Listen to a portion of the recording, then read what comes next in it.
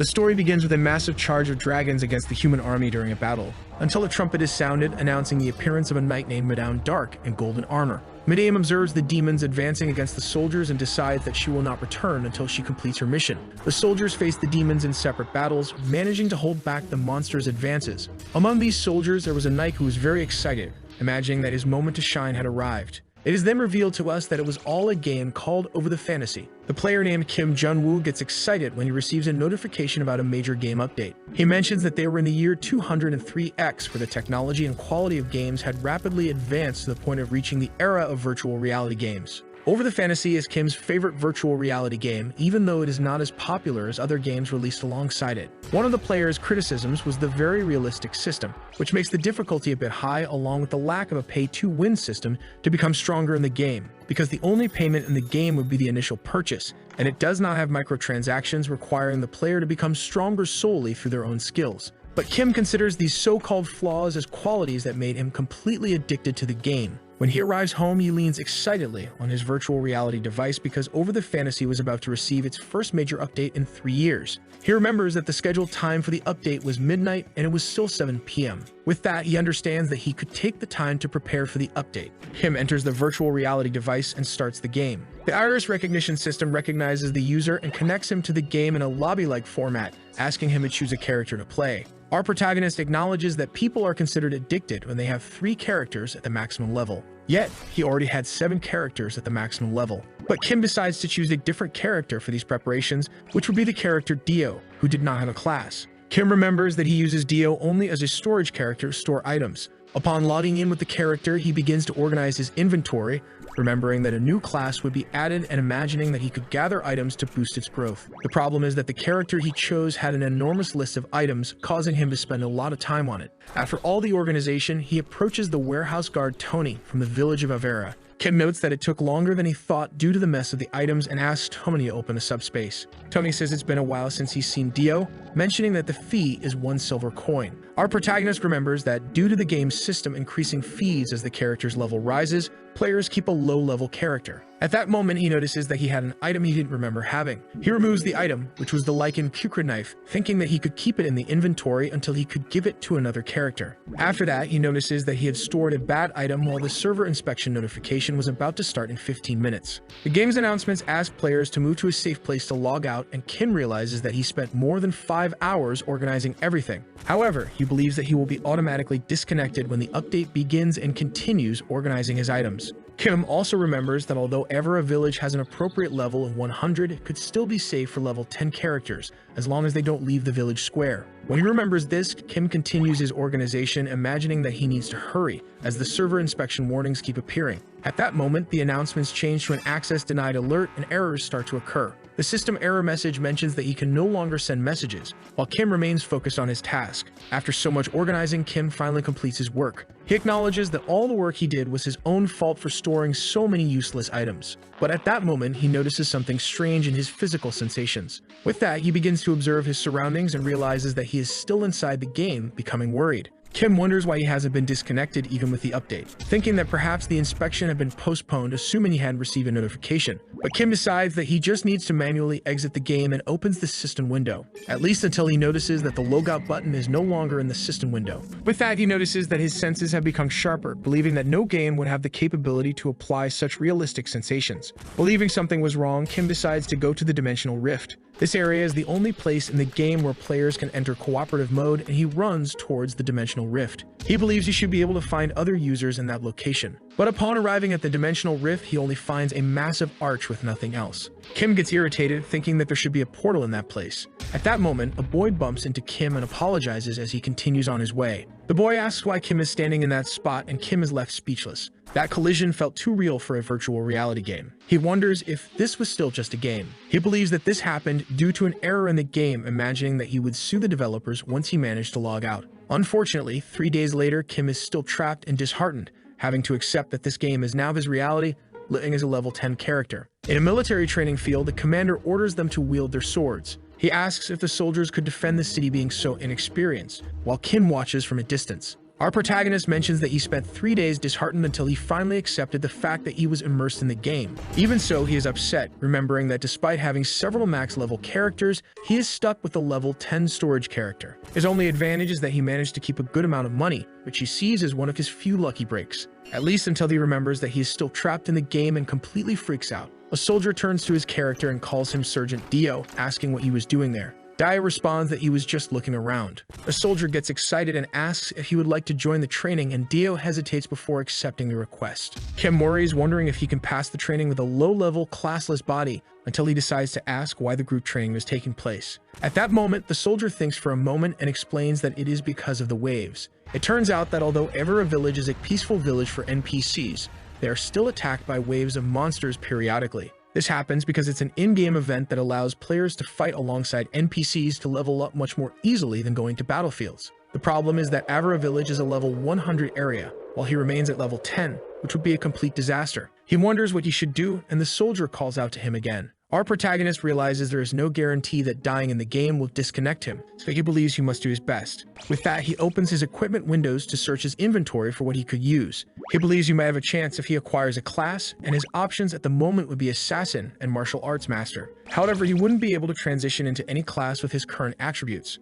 At that moment, he notices another class transition book that makes him very excited. That's because it was a purple-colored book, which means it is the second class transition requiring very little, making him wonder if he could use it. Kim wonders what class it could be, noticing that he had never seen this book before, thinking it might be a hidden treasure in the game he didn't know about. He remembers that the game is more realistic than any other virtual reality game created without any bugs besides the little information given to the players. Although these aspects made the game less user-friendly and drew criticism, Kim saw them as interesting features. The condition for the class transition was to have reputation above 500 and a low level, which makes him realize it's something unusual and imagine it to be a hidden treasure. Thinking this, Kim understands that the game has secrets he has never uncovered and decides to go after them. After thanking Tony for his help, Kim runs off on his adventure. He heads to the Mercenaries Guild in Evera Village. Upon arriving at the place, he begins to draw attention as he heads towards the guild attendant. The problem is that he irritates a man who complains about him cutting the line. When the man looks at the protagonist's clothes, he realizes this was not a place where he should be. The man wonders what someone so modest was doing in the Mercenaries Guild. Our protagonist throws down a gold medal,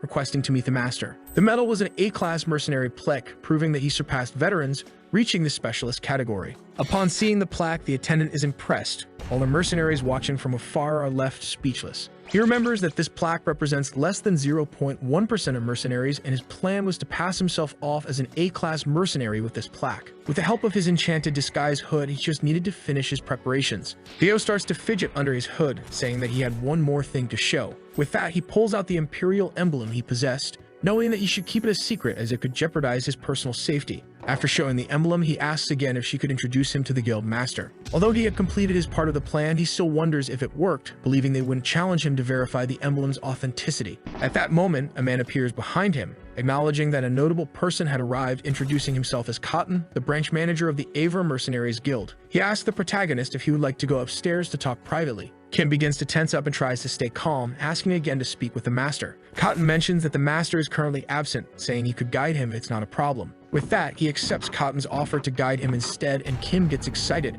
as only the negotiation remained. By the end of the day, Dio had shared his plans with Cotton, who tries to confirm his desire to take on a mission at a place called the Forgotten Temple. Dio confirms his desire with a serious and confident look toward Cotton. The manager mentions that there really was a mission to the Forgotten Temple, but he didn't understand why an A-class mercenary would want that mission. He explains that the mission was an escort for a priest, but the spots were already filled. Despite this, Dio shows a mischievous smile, saying not to worry. Our protagonist says he just wants to go with him to the temple. Cotton is surprised by Dio's words, asking if he wanted to join the mission as the escort target. However, Dio quickly clarifies that he doesn't plan to stay idle if something dangerous happens, knowing that this would help his request be accepted. He knew the guild would see this as a reduced chance of mission failure, with no need for additional compensation for the extra help. With that, the manager accepts with a big smile, asking him to review the mission contract, while he informs the client of the changes. At that moment, a window appears notifying him that he has signed up for the mission, and it would activate soon. Afterward, Cotton tells the protagonist to go home and show up at the north exit the next morning. Dio thanks him, thinking it's best to prepare to avoid his identity being discovered. But as he leaves the room, Cotton flashes a malicious smile while watching him. The next day, the group was gathered, discussing the inclusion of the A-class mercenary. When Dio approaches, the group stops talking to prevent him from overhearing. At that moment, one of the group members, named Raymond, introduces himself to our protagonist. To ensure his identity remains a secret, he asks to be called Monty. His plan was moving forward despite an unforeseen variable of having only 4 members in the team. Our protagonist begins to suspect that they reduced the number of members due to having an A-class mercenary among them, which makes him irritated for being deceived. With that, Raymond notices that the client hasn't arrived yet. At that moment, a young girl comes running, asking if they were the mercenaries that would be escorting her to the temple. They mention that they were waiting for her to arrive, and the girl tries to catch her breath. The girl, named Clara, is a priestess from the Temple of the Moon, who had been tasked with a mission to reach the Forgotten Temple. As Raymond introduces himself to Clara, Kim observes her, noticing that her outfit was a bit dirty, understanding that she had likely been through a lot, until she turns to the protagonist and he realizes she is staring at him. She shrinks back and Kim believes she thinks he looks suspicious. Even so, he understands that since A-class mercenaries are rare, she might be intrigued by him, and the group gathers to set out on their journey. As they leave the city, Kim receives a notification that he is entering an area far above his level. At night, they begin planning how to proceed, thinking they could reach Camp 2 the next day. Even though it's a detour, it would be safer. They believe it's the safest option, but Kim disagrees, suggesting they take a shortcut. Kim mentions that if they head to Camp 3, there's a hidden cave that would allow them to reach the temple much faster. However, Raymond gets irritated, saying that they know the area better than him and that the path to Camp 3 hasn't been fully explored. Our protagonist insists he can find the way better than they can, claiming it's much faster if they go through the cave and cross the Dunville forest. This comment further irritates Raymond because of the monsters in the Dunville region. The problem is that Kim has his reasons, which he can't reveal to avoid compromising his identity. He remembers that despite being a level 10 character without a class, he must act with courage and determination. Kim declares that they should take the path to Camp 3, as the priest's health is the priority, and they should seek the quickest route. With a more firm and serious tone, he says he's not there to play around,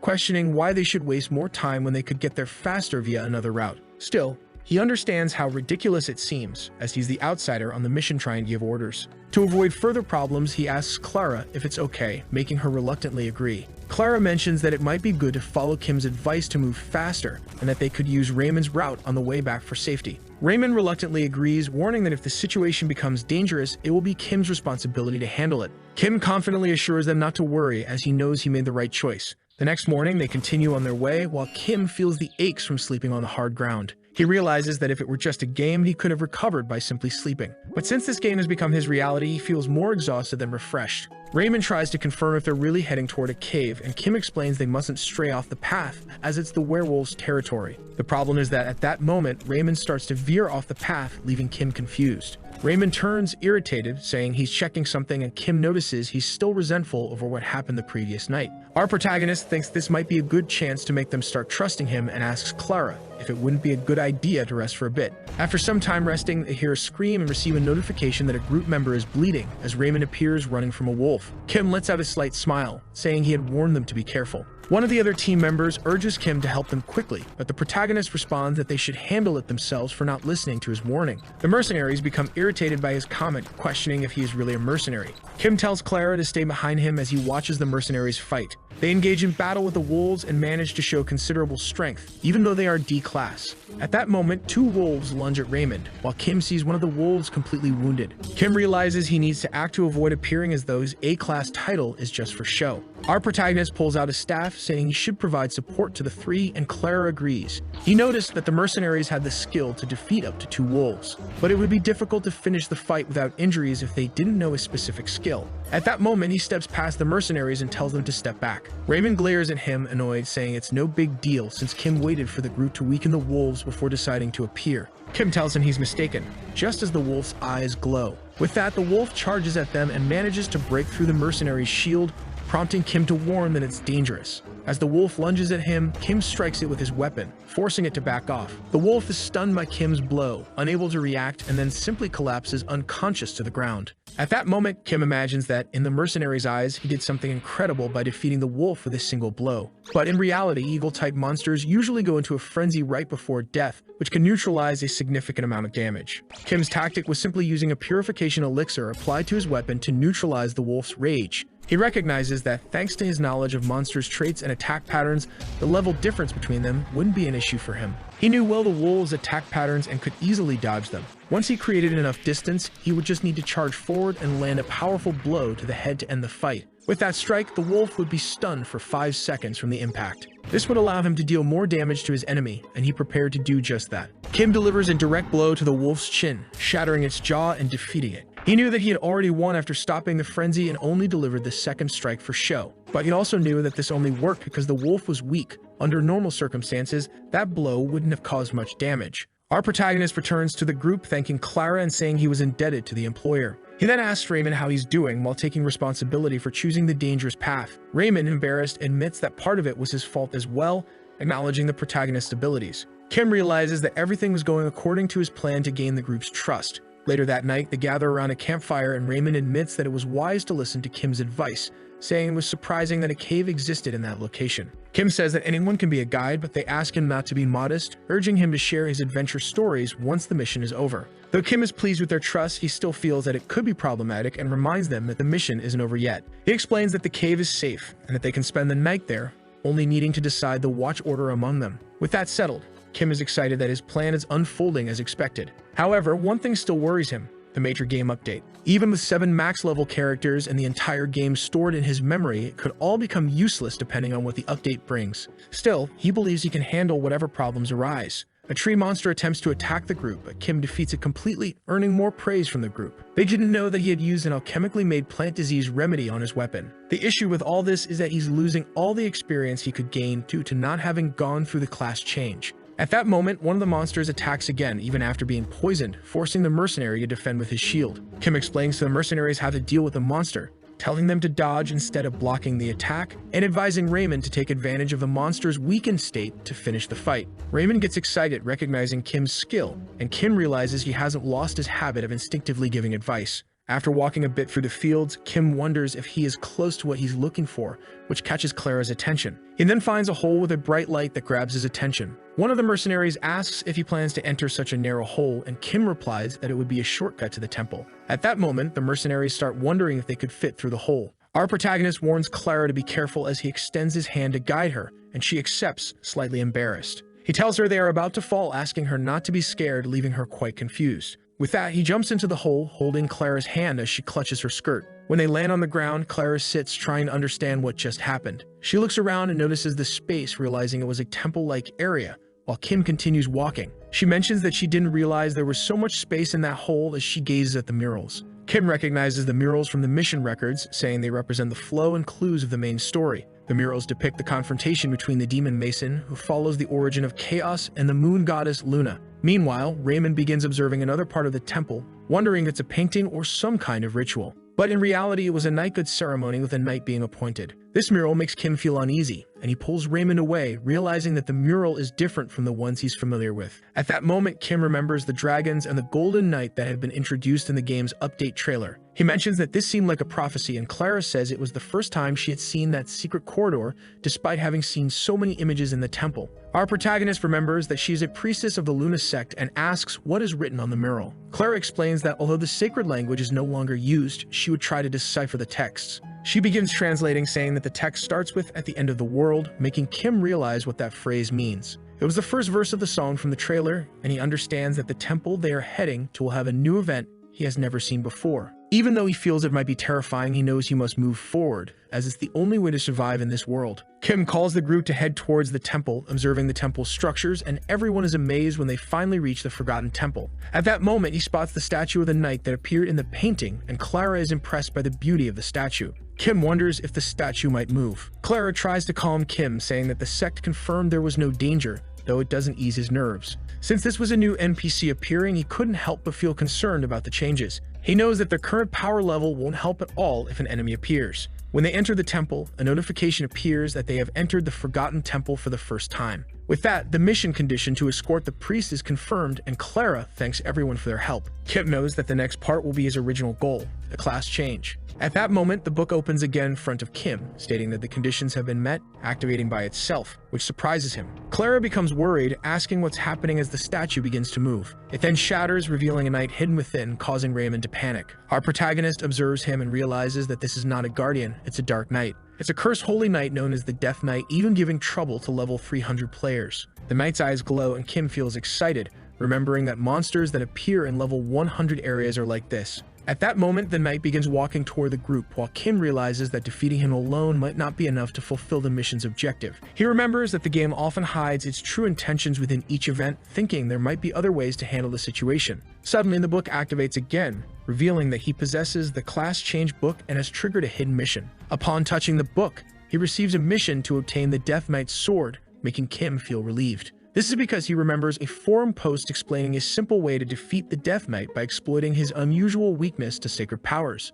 The plan would be to bring a priest and have them use a shield on the knight, as it would confuse him, causing him to break the shield and skip phase 1 of the fight. Kim looks at Clara, knowing that she will be crucial to this strategy, just as the area around them begins to catch fire. At that moment, the knight begins speaking, asking how they dare set foot in the sanctuary. Clara grows worried, saying that this could be very dangerous, and Kim turns to her. He asks her to prepare the sacred shield, believing that the trigger for the event might have been the class change book. He also speculates that the condition for the event could be being below level 10 and without a class. Kim's request startles Clara, who says they don't stand a chance of winning and that he can't fight. But Kim grips her shoulders, telling her there's no way to escape, and urges her to cast the sacred shield on the knight. Kim insists she must act before the knight makes the first move, while she glances nervously at the enemy behind them. Clara begins trembling with fear until she manages to control herself and starts casting her magic. At that moment, as she begins to use her magic, the knight raises his sword to attack them, prompting Kim to hold her staff to help her. Our protagonist encourages her, and Clara successfully casts the sacred shield on the knight, trapping him. She is amazed to see that she could use the shield in such a way, wondering who Kim really is. But he tells her it's still too soon to let their guard down, as the knight has only lost his sword and begins gathering energy in his hand. Kim feels excited, realizing that their strategy is working, and that they've reached phase 2 of the battle, as the knight starts summoning multiple swords. As the swords fall around them, Clara grows even more worried, saying that things were becoming more dangerous. Our protagonist yells at the knight, asking if he doesn't recognize him, and a notification appears, stating that the conditions have been fulfilled. He remembers that in any game, a Dark Knight is not just a regular enemy, and this game is no exception. A notification mentions that a dialogue room has been activated, prompting Kim to mention that Phase 2 can be altered into a conversation if a story related to the player is triggered. At that moment, he realizes that all the clues for the mission were in the game trailer. This is because the trailer introduced the paladin in golden armor named Dark, who had been waiting for Pavel, who had gone to seek reinforcements. However, since Pavel didn't return, Dark became a Death Knight, while Pavel likely became a wandering ghost capable of delivering the Imperial Medal. Upon recognizing the entire connection behind the story, Kim shows the Imperial Medal and calls the knight by the name Dark, saying that he had completed the mission and had arrived. With that, the knight kneels and gazes at the protagonist, saying that he had worked hard. Our protagonist feels relieved, realizing that he had been recognized as an ally of the knight, who was revealed to be Adelia Dark, the first paladin knight of the old Holy Kingdom of Adelia. Adelia explains that much time has passed and they were defeated, losing their god in the process. She explains that the wait had been long and lists her fallen comrades until one name cannot be heard, which makes Kim curious about that name. Kim suspects that he hasn't fulfilled all the conditions of the mission, wondering what might be missing, while Adelia says that he has restored her hope. At that moment, Adelia raises her sword and places it on Kim's shoulder, which he recognizes as the knighthood ceremony depicted in the mural. With this, he recalls another verse from the trailer's song, which makes him feel uneasy. He realizes that he had overlooked something from the trailer and wonders if Adelia had been waiting for more than just reinforcements, and if she might be longing for her beloved. Our protagonist begins to wonder what might be missing, as he knows there should be a clue now that the event has been triggered. Thinking that it might have something to do with the person Adelia was waiting for, he believes he has an idea of what it could be. He recalls that his A-class mercenary insignia was obtained at the Sanctuary of Tardo, which is related to an ancient divine kingdom. Kim imagines that this isn't a coincidence, as game updates often add more uses for existing items. He tells Adelia that she had been waiting for someone even after becoming a Death Knight and shows her the insignia, asking if it belonged to that person. Adelia drops her sword to the ground as her armor disintegrates, and a notification appears, stating that Adelia's wait has granted qualification for the path of truth. At that moment, she begins wondering if Passus would still love her, even if she starves to death or decays and rots away. Kim has no answer while she continues her thoughts, saying that his soul touched and saved her. Our protagonist admits that he is not the person she was waiting for, saying that he only collected her belongings. Still, Adelia knows the truth and reaches for the insignia, asking that her beloved be sent to paradise. When she finally receives the insignia, Adelia is purified as she cries tears of joy for being able to send her beloved to paradise.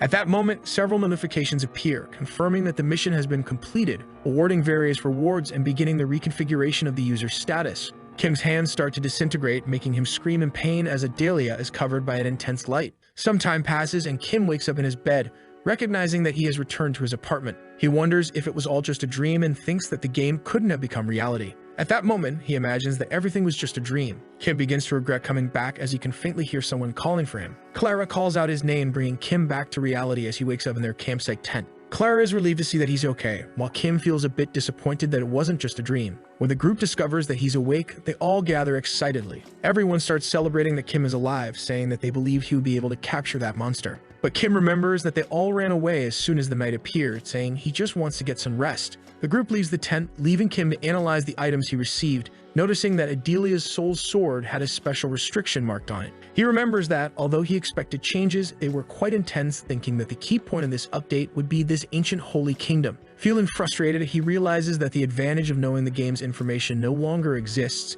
and he would need to be more cautious to avoid unnecessary risks. As he leaves the tent, Clara comes to check on him, asking if he's alright. Kim tells her to continue the mission with the mercenaries as he had some things to resolve at the altar. When he moves away from the group, Kim pulls out the book, saying he no longer needs to hesitate about making the class change. He recognizes that the energy Adelia had given him and her sword had fulfilled the requirements of the book he possessed. A notification appears stating that he has successfully changed his class to Forgotten Swordsman, gaining several levels thanks to accumulated points. Our protagonist realizes this is a new class in the game, which leaves him feeling disappointed, thinking he had expected too much. Clara follows him, calling him to return to the village as they had completed the mission. She asks if something is wrong, and he replies that it's just things in his head, urging them to return quickly. Upon returning to Avra village, Raymond acknowledges that he has grown stronger through the A-class mercenary training. At that moment, Raymond invites them to the guild to collect their rewards. Kim declines, saying he hadn't asked for any rewards anyway. However, Clara insists that even though he didn't request compensation, the Luna Order would offer a reward for the mission due to its special circumstances. Raymond tries to invite Kim for a drink, leaving Kim curious about how he's being treated so familiarly, while the protagonist acknowledges how much he's improved. Kim realizes he needs to keep his distance because of his identity, telling them he has other matters to take care of. Everyone feels a bit down from his comment, and Kim finally feels relaxed enough to remove his hood. But he remembers that he needs to quickly prepare for the upcoming monster wave, as that was the reason for his class change despite the risks. When Kim opens his status window, he begins to analyze his new class stats. He recognizes that he didn't know much about the class he acquired during the battle, suspecting it might be connected to the knight Adelia. He believes this happened due to the red energy he received from the knight. At that moment, he tries to relax, recalling the other classes he had evolved with his other characters. The only difference this time is that everything is real, and he focuses on evolving his class for the impending monster wave. To ensure what he can do, he reviews the skills he gained from the class promotion. He notices a skill called Oath of Liberation. He believes this skill could be risky to use as it might be quite useless if it doesn't work on weak targets. The other skill he sees is Slash, which simply states that it's a technique to deal damage with a sword. Kim becomes frustrated with the lack of utility in this skill, until he is suddenly enveloped by a reddish light, with a notification saying that the skill changes according to the player's state. Our protagonist stares at the energy, thinking it might be the energy he received from Adelia, while contemplating the information he was given. At that moment, a notification appears stating that the energy has recognized the Seal of Wrath, and that the Slash skill has fused and changed. Afterward, he looks back at his status window, seeing that the Wrath form has been marked with the effect of Slash. He imagines that the skill has become stronger, realizing that his class is a growth type as the skills evolve. One of the conditions for further evolving his skill is a fire essence, and Kim remembers that he has one stored in another city's warehouse. He decides to focus on leveling up, aiming to reach at least level 50 before the monster wave arrives. Our protagonist follows his plan, facing high-level turtle monsters to increase his level. Since they are slow monsters, he takes advantage of this, dodging their attacks and targeting weak points to finish them off faster. When the turtle tries to attack Kim, he dodges and lands a direct blow to the monster's neck, recognizing that overcoming the level difference is quite easy. By defeating such a high-level enemy, he gains a lot of experience, acknowledging his skills from having evolved his other characters. Still, he notices that things would be much easier if he had a better weapon, as he's relying on a basic store-bought sword due to level limitations. Kim finds himself depending heavily on repetitive grinding to evolve his skills, wondering who still does this sort of thing in games today. After much training against the turtles, he finally reaches level 50, already exhausted and surrounded by defeated turtle monsters. With this, he acknowledges that his preparations were almost complete, with only collecting the items from his warehouse left. He observes the warning window about the monster wave, noticing that it was nearing its start. Meanwhile, the soldiers plan their preparations for the wave, setting up the fence to protect themselves from the monsters. When the monsters approach, the archer soldiers are already prepared to attack the incoming wave. The attack begins by focusing on the monsters that are getting close to the city walls. As the monsters start getting hit, they continue advancing, prompting the knights to arrange their shields, forming the third line of defense. After the shield line disbands, the soldiers rush towards the monsters to finish off the nearest enemies. At that moment, the commander continues giving orders when a figure appears beside him, charging into the battlefield. It was Kim, who strikes one of the monsters, leaving the commander surprised. They recognize the protagonist as the A-rank mercenary Monty, happy for the help they've received in the battle. The commander thanks Monty for his help, mentioning that he had become quite famous recently, suspecting that he might be familiar, which makes Monty concerned. Then he remembers that he had encountered this commander in the past while standing in front of the training grounds. At that moment, the commander asks if he hadn't met Monty before, and he makes up an excuse to throw him off. Ignoring all of this, the commander expresses his happiness for having the support of an A-rank mercenary. He mentions that his elite soldiers would assist him, and Kim thanks him for the help, while recalling that the monsters in the wave are at least twice the level. His advantage was finding a way to deal with the issue of fatal blows by using an item called the Lens of Certainty. When he faces the monsters, he can see their health levels, allowing him to focus on enemies that are dying to land the final blow. Our protagonist continues the battle, taking down all the monsters, while the soldiers are impressed by his skill and composure. At that moment, Kim thinks he's not doing anything that remarkable, as he's just focusing on the enemies with low health. He remembers that he doesn't earn experience if he doesn't kill the monsters himself, unlike what happened during the Forgotten Temple mission. Despite a monster trying to strike Kim from behind, he manages to dodge and hit it, with the soldiers being impressed by his use of the sword for piercing attacks. When he sees a low-health wolf charging at 2 weak soldiers, he believes he can't miss the chance to kill it. Using a leaf to whistle and provoke it, Kim charges at it, striking the wolf in the back and leveling up again. At that moment, the soldier tries to thank him for the help, but he pushes him aside to avoid the attack of another monster. With several experience notifications popping up, Kim complains, saying it's annoying, and the soldier thinks the protagonist is complaining about him. Then a loud cry for help arises, making Kim notice a group of insect monsters with less than 10% health, which excites him as he charges towards them. Our protagonist simply continues attacking each of the monsters, leaving the soldiers confused as to why he was attacking so carelessly, with shallow strikes. He lets a slight smile escape before making all the monsters explode, leaving everyone stunned, believing he was a mage for using magic. After defeating the monsters, the soldiers assume the rumor about him having an Imperial Honor medal might be true. Kim recalls when he achieved Proficiency 100 with his class, unlocking an ability called Mark, which confused him. The warning window explains that the marks are used to fix a mark on an enemy and cause a slash as an additional effect, making Kim more excited. At that moment, he understands that he could make up to 5 targets explode after being touched by his sword. He remembers that explosion abilities usually affect the user too, until he had an idea to use this technique with the help of an item from his inventory. It turns out he was wearing a salamander armor set that increased his fire resistance, allowing him not to be affected. With that, he continues his battle, striking the other enemies and causing explosions in the foes ahead, taking advantage of the fire weakness of the insect-type monsters. Suddenly, a giant monster appears, surprising Kim as it was a level 150 guillotine bear. Kim notices it was a named monster, which usually has much higher levels than the area's average, motivating players to hide. The problem is that, with all this skill in battle, it makes the soldiers say they should trust Monty to handle the monster. He even says that he wouldn't like to receive such special treatment, despite planning to face it anyway.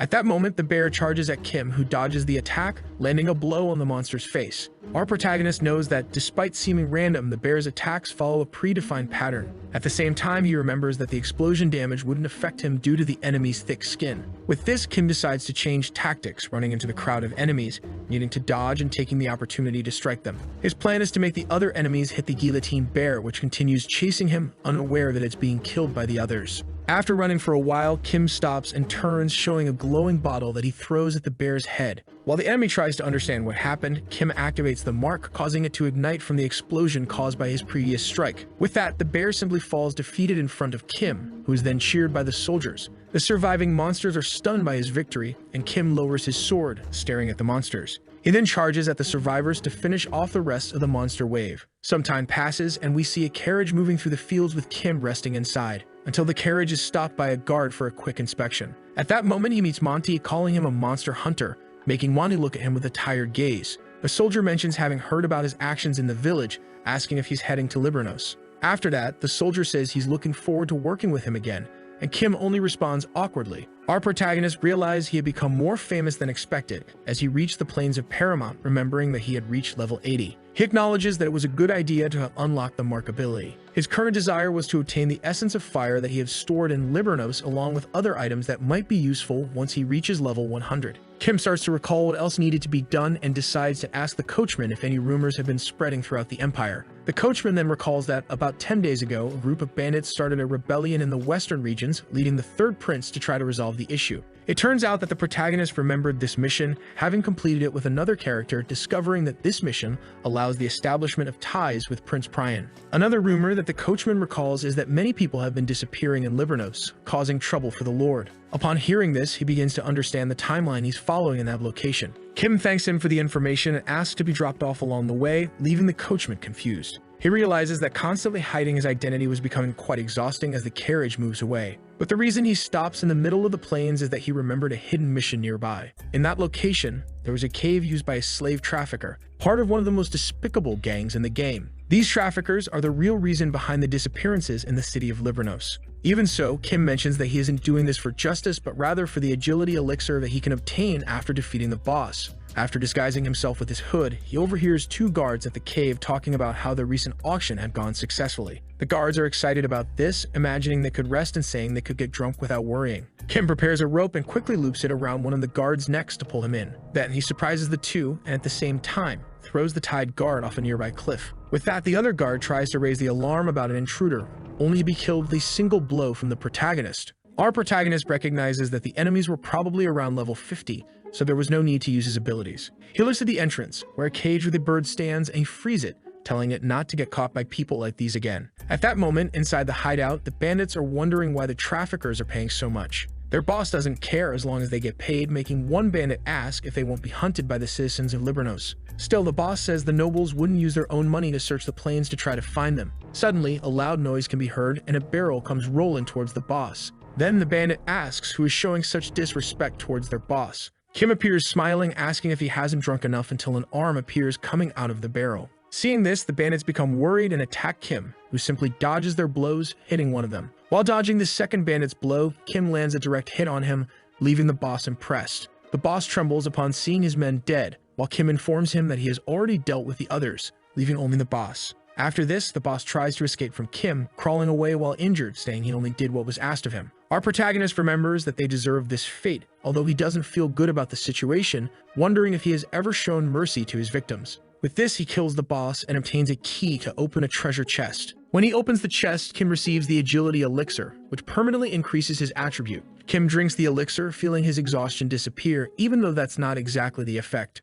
But as Kim plans to continue his journey, he hears a voice calling from behind the walls. He remembers that the slave auction had already ended, so there shouldn't be anyone left there. However, he hears the voice again and begins to try to trace the source along the wall. In doing so, Kim finds a secret passage leading to several cages, where they kept malnourished victims. Our protagonist feels sick from the rotten smell, imagining that he is more relaxed because he had already experienced this in the game. If it were his first time, it might have traumatized him. At the end of the cave, he finds a wooden door. When he opens it, Kim finds a woman trapped atop a magical circle. Kim recognizes the place, while the woman notices that he has entered the room, making her ask him to kill her. But Kim notices that this woman is named Sepia, and that she is an extra character meant to be used as a human sacrifice in a ritual by one of the bandits. It turns out that Sepia is the sister of the chief of the Knight's Court, Sigmund, who would awaken after her death, becoming the Judgment Knight of the Church of the Moon. At this moment, he reflects that Sepia's death is important to the main plot of the game, remembering that despite players wanting to save her, they never could. This is because Sepia was cursed with the death stigma, which prevents any magic or potion from being used on her, making her a character destined only to die. She asks again to be killed, while Kim realizes he might be able to find a way to save her. Our protagonist opens his skills window, recalling the Oath of Liberation, which mentions it could remove abnormal effects from a target. Although not entirely sure if this would break the death stigma, he still believes it is possible. The problem is that using the oath would make him lose 10% of his stats, causing Kim to wonder if the risk is worth it to make her his subordinate. At that moment, he has an epiphany, remembering that even though she was originally a game character, at this moment, she's a real girl suffering before him. He recalls finishing off the bandits and says that he is not a monster like the traffickers he killed. Then he kneels in front of Sepia, saying that he could save her, ending her curse, and asks what her wish would be. Sepia is shocked for a moment, then decides to accept his offer, holding his hand, activating the Oath of Liberation. A window appears, warning that the oath could fail if he didn't have enough vitality to end her abnormal state, asking if he wishes to proceed. Upon accepting, a bright light shines in front of them, with a notice that he has fulfilled the conditions for the hidden mission Save Sepia. When Kim manages to open his eyes, recalling what happened, he finds himself in a completely destroyed scenario. A horde of monsters appears, confronting an army of soldiers in golden armor. Kim observes the battle, thinking it's the first time he's seen this type of armor, and watches as another monster appears, believing the humans would lose the fight. Once again, an intense light comes from the skies, with a woman descending from above. This woman looks to the side, observing Kim and blessing him in the process. After that, Kim wakes up desperately back in the cave with Sepia unconscious as he reflects on the scene he saw, wondering if it has some connection to Sepia. Associating this vision with Sepia, Kim suspects that she is not just any NPC until he sees the rewards for completing the mission to save her. Several contract notifications appear, with a window asking if he would like to form the oath, and he confirms once again. Upon completing the oath, a window appears, indicating that it would start neutralizing the curse. His vitality begins to gradually decrease, while Sepia slowly recovers. However, when his vitality drops below 10%, Kim starts feeling unwell, beginning to cough up blood. He realizes he had been too careless as he feels the pain from his decreasing vitality. At that moment, Sepia wakes up, feeling the pain disappear as the energy surrounding her becomes quite comforting, seeing Kim trembling in pain and bleeding. Sepia wonders why he was going to such lengths to save her. Kim receives the notification that the mission was completed and the Oath of Liberation leveled up. He is furious with the pain, even ignoring the level up. But after that, he grabs Sepia's wrist to carry her out of the cave and take her to a safe place. At that moment, Sepia faints again, dreaming of being in an empty place until someone approaches. She believes it's her brother until he extends his hand to Sepia, making her realize that, although it wasn't her brother because he didn't have silver hair, she wasn't afraid of him. Sepia wakes up desperately, trying to remember what happened, noticing that she no longer felt any pain and wondering when was the last time she felt so comfortable. With that, she looks ahead and sees Kim lying down, completely stained with blood with some containers in front of him. The girl wonders why he worked so hard to save her, imagining that this warrior might be a messenger from her brother. But she notices that he didn't seem like one of Libernos' knights, besides using a different weapon and having no scars. When Kim wakes up, Sepia is only a few centimeters away from his face, making her back away in embarrassment. Kim realizes he had dozed off and introduces himself to her as Dio, extending his hand. Sepia introduces herself while thanking him for saving her life, asking how he found her and whether he had received a request from her brother.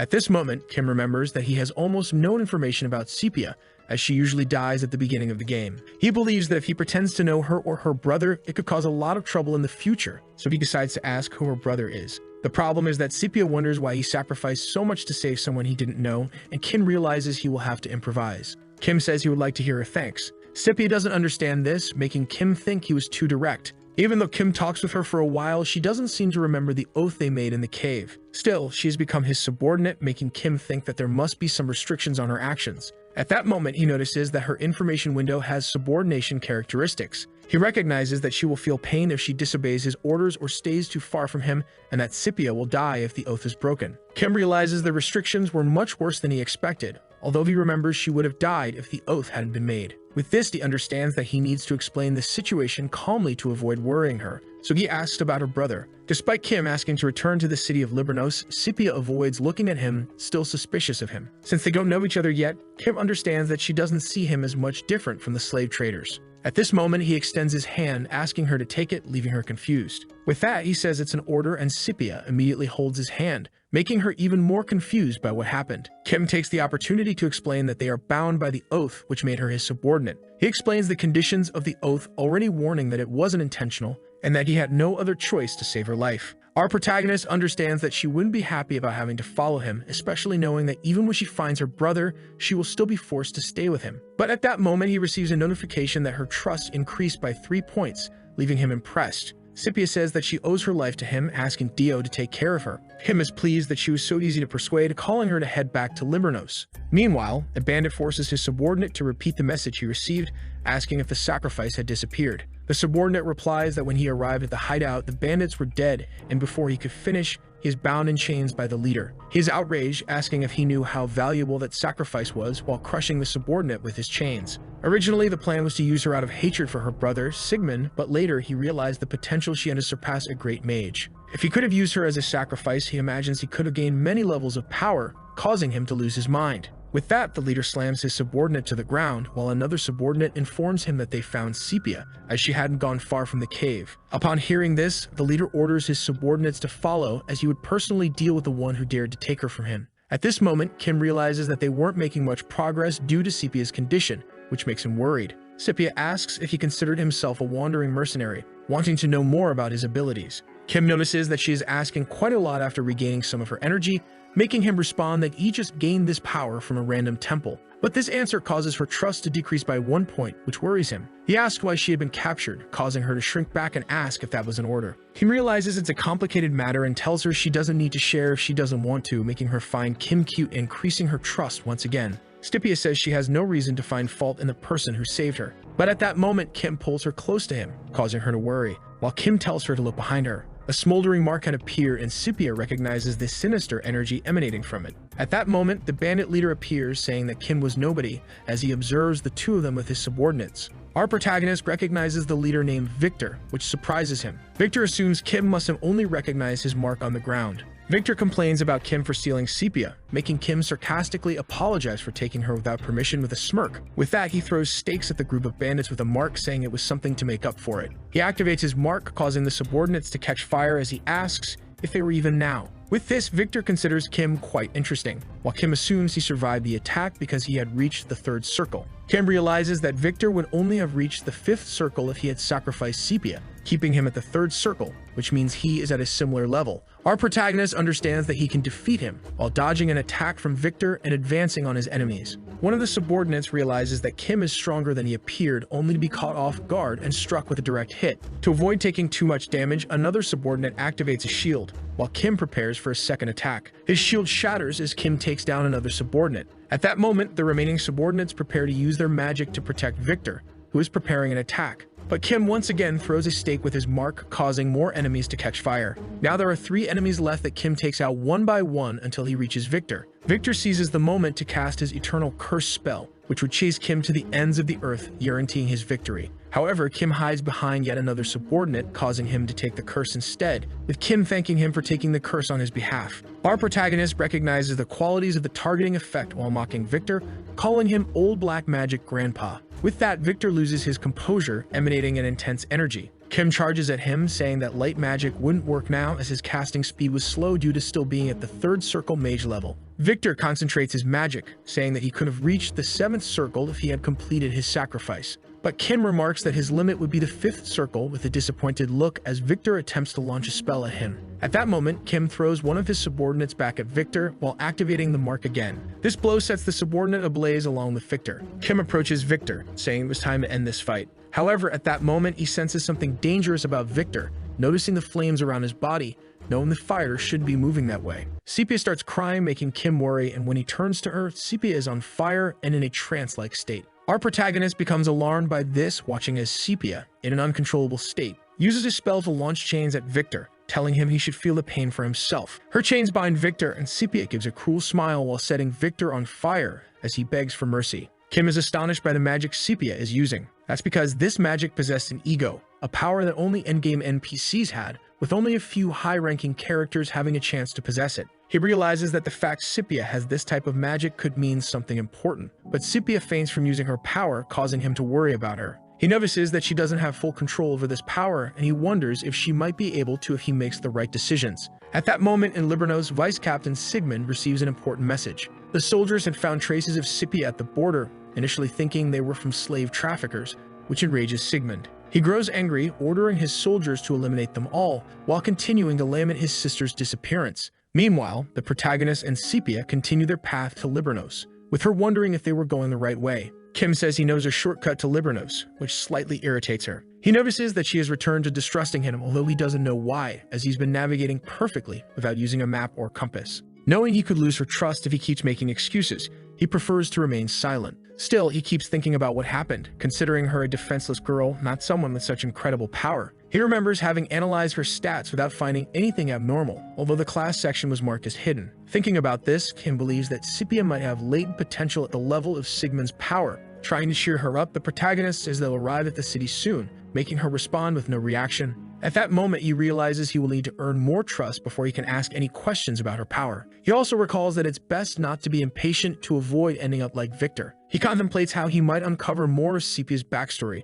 trying to learn more about this alter ego. However, Kim decides he should take the risk despite the low trust level and chooses to ask her about her power. He asks if she's a heretic, which completely shocks her, causing her trust to drop by 5 points. Meanwhile, at the Atera Cathedral, Clara is received by one of the followers who thanks her for coming from so far away. He asks Clara to follow him, making her observe the place with excitement. The attendant mentions that although she was taught proper manners, he still expects her to behave appropriately. With that, they arrive before someone seated on a throne, which makes Clara tense before kneeling and greeting the noble moon of Luna. The person on the throne was Saint Luna, who also thanks her for coming from so far away. Clara mentions feeling honored to meet the noble saint of the moon. But then Luna interrupts her, saying she already knows why she was summoned, as she had visited the Forgotten Temple. She asks Clara to recount everything she saw and experienced in that temple. With that, Clara begins telling her story alongside the protagonist until Luna cuts her off, saying it's enough after she explains about the night. Luna thanks her again, saying her abilities will be of great help to the church, and that her parish will grant her an appropriate reward.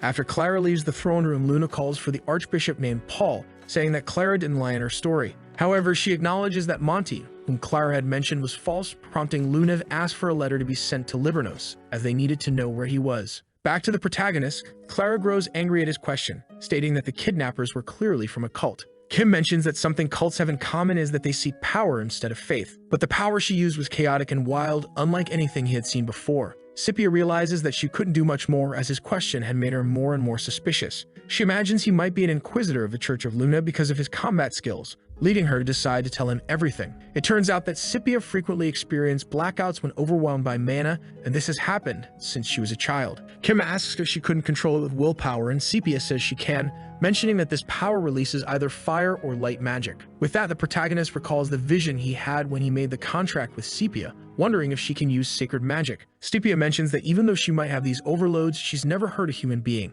But Kim knows that she hurt Victor, wondering if she either didn't see him as human or simply didn't remember. He wonders why she's revealing so much, thinking he might have scared her too much. At that moment, Scipia asks if he's an inquisitor, and he responds that he's just a regular mercenary, as he said before. However, she remains doubtful since he's from the East, making him realize that she considers him an Easterner and wondering how she would know the hometown of this character. Kim asks what the problem is with him being an Easterner, and she replies that she's heard there are many foreigners in the Holy Office. Our protagonist replies that he hates those oppressive groups, saying he's not part of the Inquisition. He remembers that the Inquisitors, called the First Moon of Luna, though they held much power, could eliminate anyone they suspected of being in a cult. He explains that if he were an Inquisitor, he would have killed her the moment he suspected her, and Scipia agrees with what he said. Taking advantage of the situation, he suggests they come up with a story for when they arrive in Livernos, because he doesn't want to tell Sigmund that she became his subordinate. Kim remembers that they can't separate because of the oath and plans to use her curse as an excuse for Scipia to keep traveling with him. But she immediately points out that Sigmund wouldn't believe it,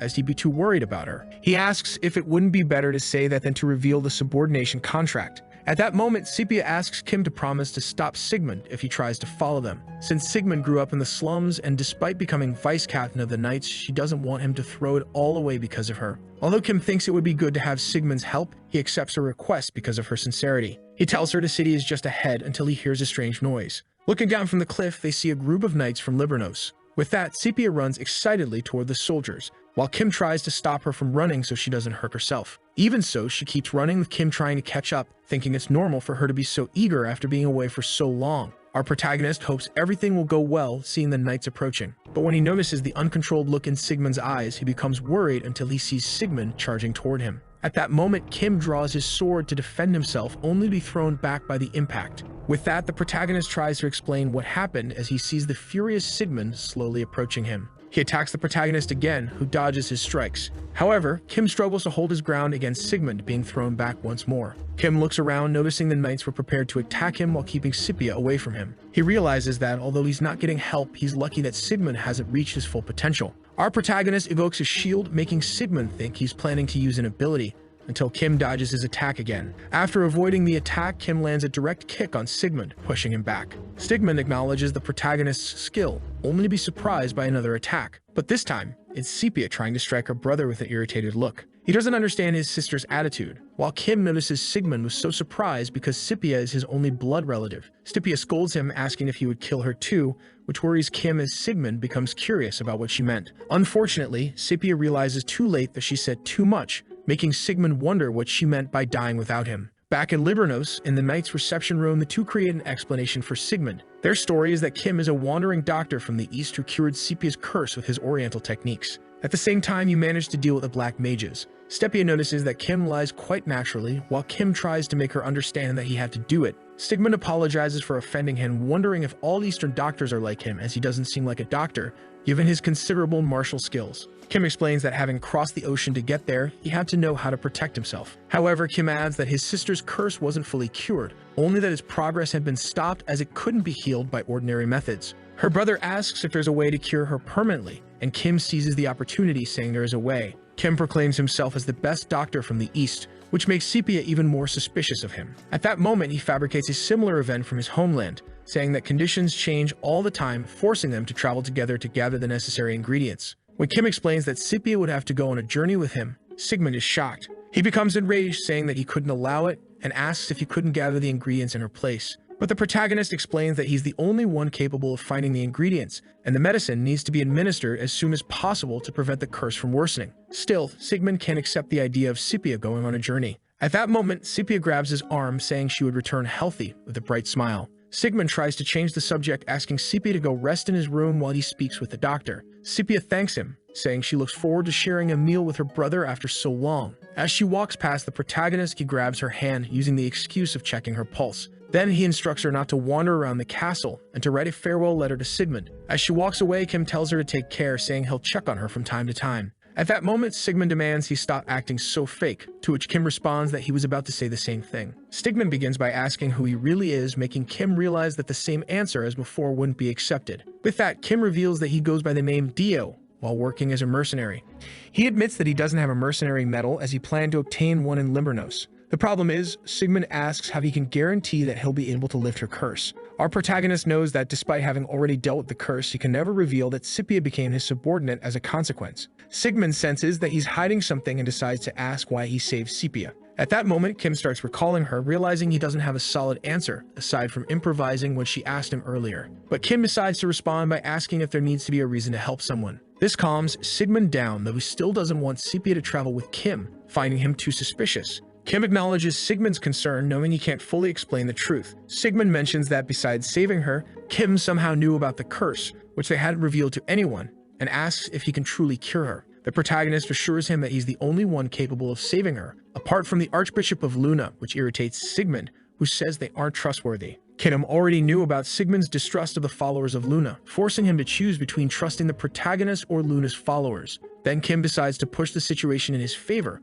offering to help him with the recent disappearances. Sigmund becomes suspicious of his information, asking what the protagonist could possibly know that would help them. But when Kim mentions Dark Alley, Sigmund draws his sword and points it at him, clearly furious with the mention of that term. Kim smiles, staring at Sigmund, and asks him to relax. He mentions that he noticed Sigmund was wondering how the protagonist knew his name. With that, he explains that he learned about the disappearances because people were talking about how they were becoming more frequent and were tied to the dark side of Limbernos. Our protagonist stands up, saying he was curious where Sigmund had started searching for his sister. He already knew that Sigmund had turned the alleys of Limbernos into battlegrounds. Kim also points out that he knows the criminal groups in the alleys are so powerful that even the knight's corpse dares not touch them. Kim says that since Sigmund had stirred up trouble with dangerous people, it had become a problem for him, to which Sigmund responds that the people around him talk too much. Our protagonist explains that he's just trying to prove his worth, causing the vice captain to wonder how he plans to do that. Kim then says that he could help him take down the alley groups. After listening to the protagonist's plan for a while, Sigmund is impressed by how detailed it is,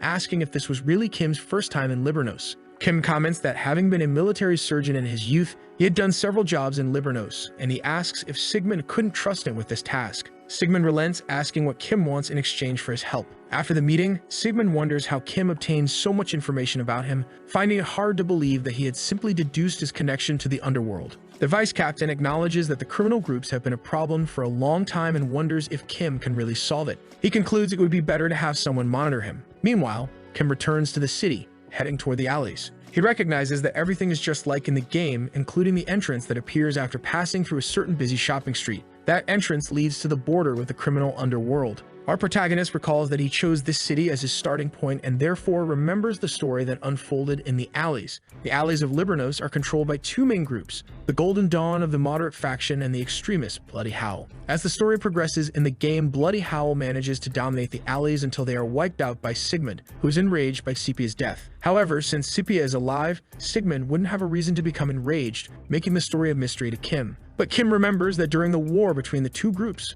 Golden Dawn is destroyed by Bloody Howl due to the damage they suffer because of Sigmund. He realizes that he's at that point in the story, and when he enters Golden Dawn's base, the member Rudens is surprised to see the Inspector General delivering news. Kim mentions that they no longer intend to trouble the alleys, while noting that even after all they've been through, Rudens still greets him with a smile. Though this is expected from the leader of Golden Dawn, Him still remembers that this man is a criminal. After delivering his message, he bids farewell to the leader, who advises Kim to be careful on his way back. With that, Kim acknowledges that the first part of his plan is complete, leaving only the second part. This part involves the storage NPC as he approaches a girl with a chest window over her head. Next, the protagonist heads to a dungeon where he battles a group of knife-wielding rats. Kim pauses for a moment after killing the rats to analyze his skills, noting that the fire essence he recovered helped meet the requirements for his ability. One of the rats sneaks up on him while he's observing his skill window, attempting a surprise attack. But Kim is protected by a magic barrier and then strikes the rat with his sword, marking it before activating the mark and causing the remaining rats to explode. At that moment, a priest appears, calling out to Kim and asking if he's alright. This priest is Father Krupus, who recognizes Kim's strength as his magic was able to break the magic shield he used.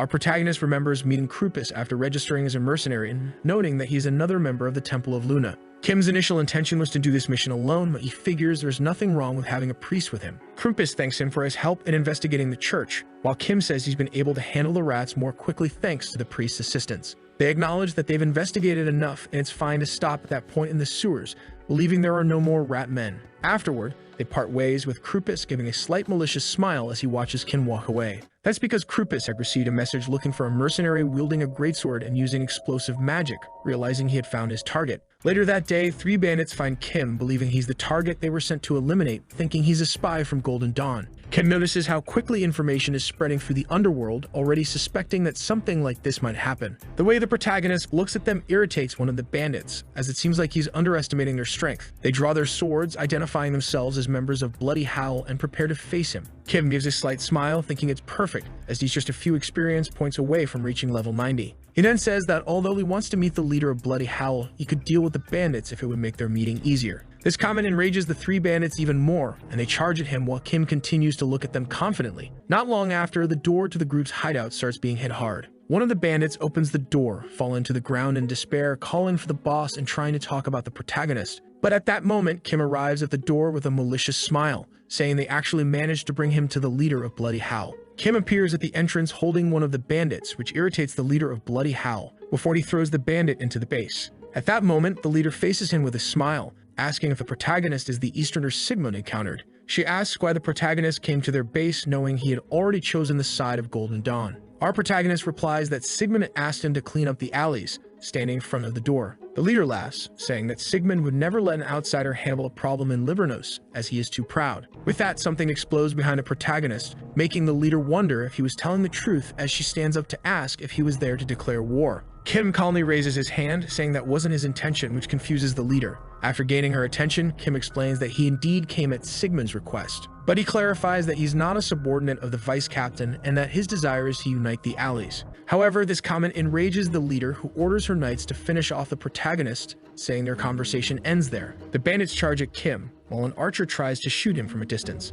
Kim manages to block the arrow while analyzing the enemies approaching him. As the enemies close in, he assesses the distance and direction to prepare his defense. After that, Kim evokes his sword, making a quick motion that sends all of them flying. They don't understand how he could have such strength with a simple strike, while they are blown back by a strong wind. At that moment, they realize that Kim is a sword mage, telling each other to be careful with his blade. The bandits start wondering how they could face him, and Kim charges at them, landing a punch on one of the bandits. This blow sends him crashing into the other bandits behind him. Kim exudes confidence, emanating energy and saying they talk too much, asking how long the leader planned to just watch, calling her Tuska. He adds that if she didn't join the fight soon, he would take down all of her subordinates. At that moment, Tuska becomes enraged, ordering them to get out of the way, as she would deal with the intruder herself. Tuska draws her axe and shield, charging at the protagonist, who defends himself with his sword. Noticing that she managed to push him back, the leader says he acts with too much confidence, even though he doesn't have many skills. Our protagonist realizes that although Tuska doesn't have as many skills as Sigmund,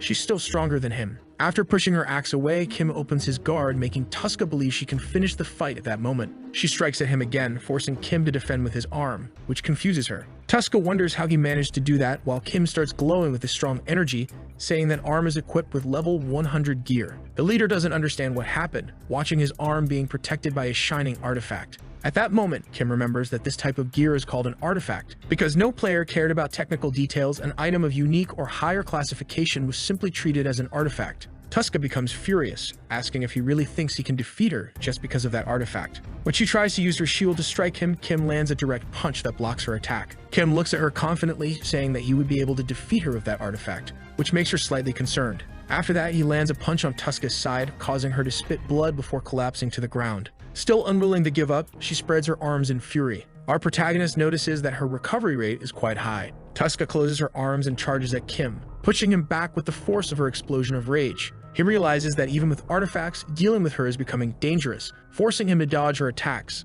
As Kim dodges one of Tuska's strikes, he grabs her arm, causing her to drop her axe. Taking advantage of the moment, he knocks her to the ground and then delivers a blow to her neck, knocking her unconscious. After dealing with Tuska, he tells her to stay there and rest. The bandits are shocked that Tuska was defeated, while Kim pulls out a dagger to threaten her. He warns the group to behave if they care about her life, finally making them give up the fight. Our protagonist is pleased that the battle is over, thinking he's gotten stronger. However, he realizes there is still much to do to truly become powerful. At that moment, he begins to reflect on the past, saying he misses Raymond. Raymond was the first friend he made since getting trapped in the game. Kim imagines that despite everything, Raymond must be fine wherever he is. However, somewhere far away, Raymond is being tortured, surrounded by corpses, while he begs for help. A woman named Scarlet approaches him as her subordinates watch. She asks if they found anything, and her subordinate mentions that after a little persuasion, they revealed everything. The subordinate explains that their target left in a carriage after the monster wave in Avera, and the coachman said the person asked to be dropped off in the plains. Scarlet notes that these men claimed to be loyal when they first brought them in.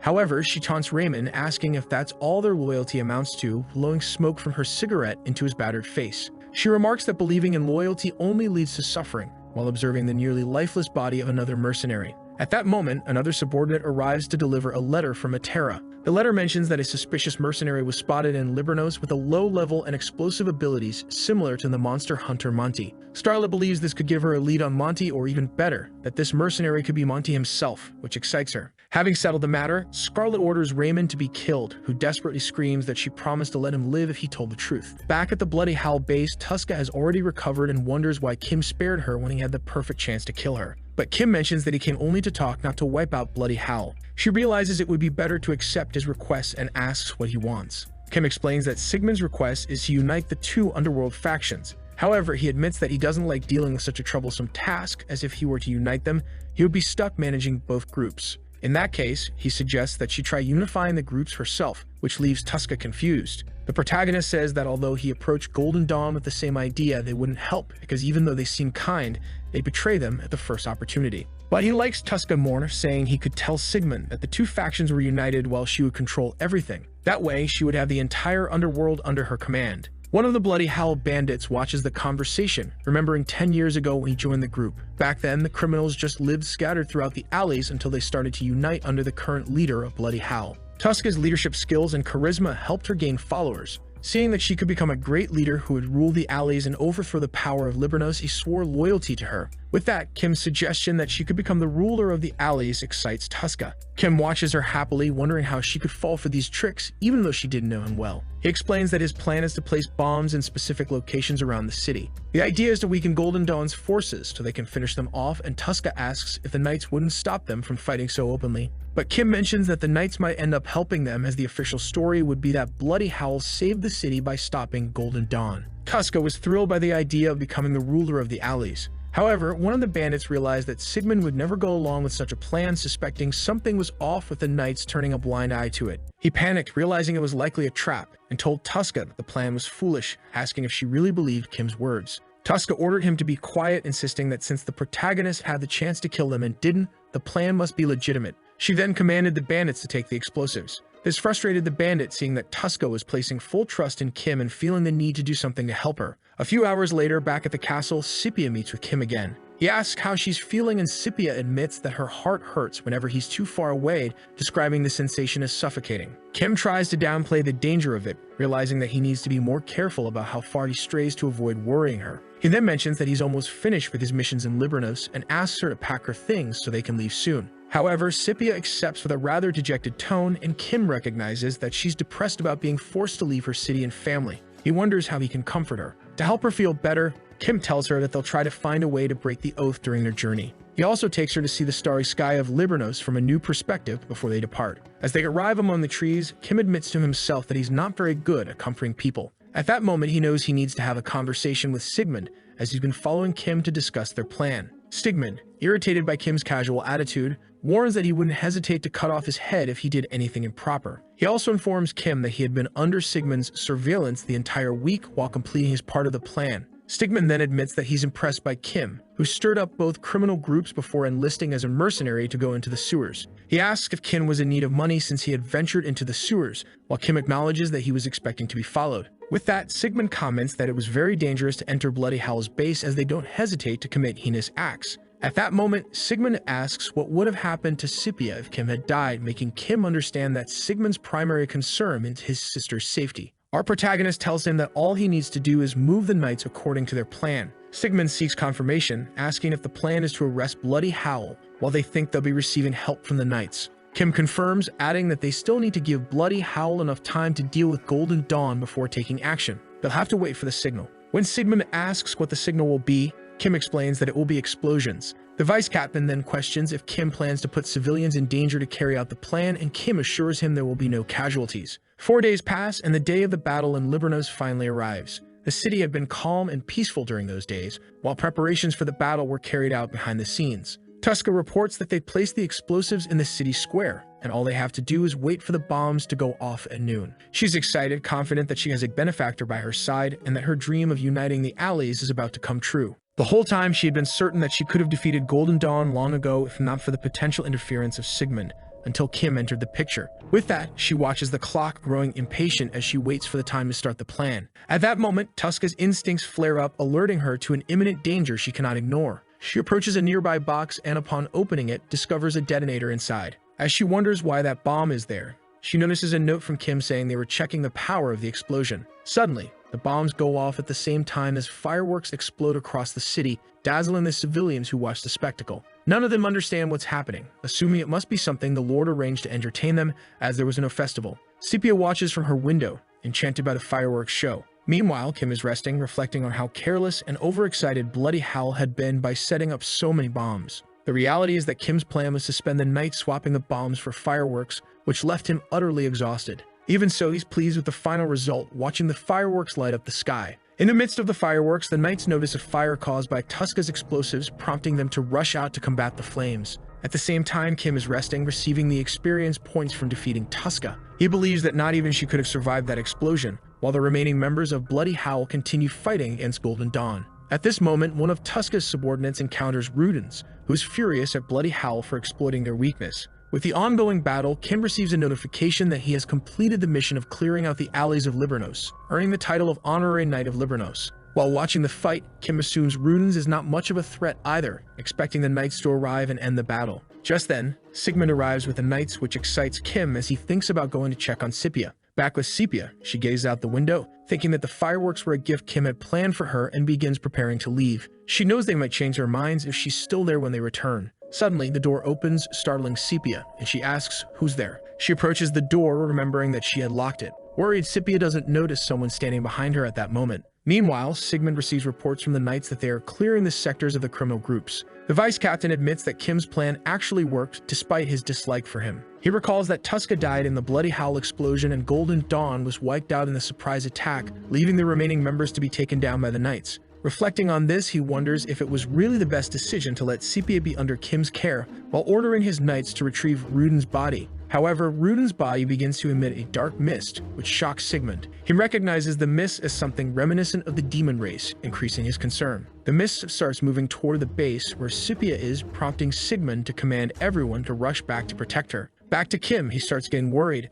thinking everything was going smoothly until he realizes Rudens has taken Scipia hostage at the knight's base. Rudens requests a conversation while Kim recalls his experiences from the game, remembering that Rudens never survived in any of his playthroughs. The story only mentioned that Rudens developed Golden Dawn through business rather than combat and disappeared after Sigmund's awakening. This leads Kim to realize there might be a hidden story about Rudens he wasn't aware of. He also notices that Rudens' aura has changed completely since their last encounter. Thinking it might be an act, Kim asks if Rudens has something to discuss with him. Rudens confirms by snapping his fingers, activating magic that seals the door with his mana, making Kim suspect he's a mage. This worries Kim as he wonders how powerful Rudens could be and whether he could defeat him, especially with Sepia being held hostage. Not holding back, Kim throws a dagger at Rudens, hitting him in the head, and immediately follows up by stabbing him in the chest with his sword. Though the attack knocks Rudens down, Kim knows that this won't be enough to kill him. Taking the opportunity, he rescues Sepia and moves away from Rudens to keep her safe. Rudens rises, praising Kim for being smart enough to retreat, and comments that despite his young age, Kim is a skilled swordsman. His wounds begin to heal as he asks if Kim has figured out his secret. Our protagonist realizes that Rudens is a vampire, a race with a unique healing ability.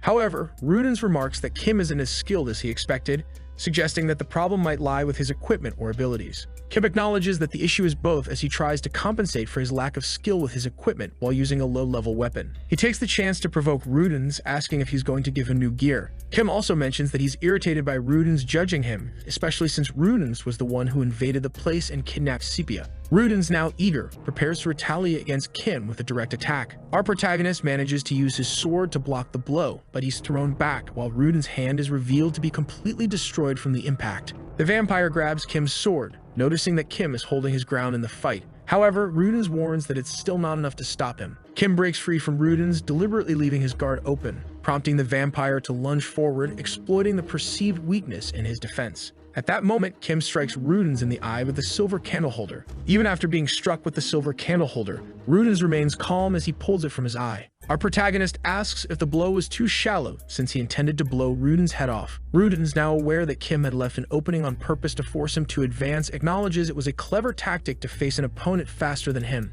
Kim assumes a fighting stance, realizing Rudens must be a high-level vampire to withstand being hit by silver. Rudens starts laughing, saying that Kim passed his test, leaving Kim completely confused and asking if they had met before. The vampire explains that he knows who the protagonist is, referring to him as the Forgotten Swordsman. He asks why Kim seems surprised, as just as Kim knew Rudens' identity, Rudens also knew Kim's. Taking advantage of the situation, Kim asks who Rudens truly is, and Rudens reveals that he is a vampire lord, the leader of a clan that has lived for thousands of years. Kim realizes that Rudens must be at least level 350 to hold the rank of vampire lord. He admits that if the fight had been serious, he wouldn't have survived and asks if Rudens' clan resides in Libranos. Rudens mentions that he is the only vampire in the city, reassuring Kim. At that moment, Rudens begins to explain that their story is tied to lost tales from long ago, stories he encountered when he saw murals in a temple and gained powers. When Rudens asks if Kim remembers this, a class mission notification appears, revealing that Kim could unlock hidden powers if he uncovers more. Our protagonist asks Rudens to explain more about the story of this power.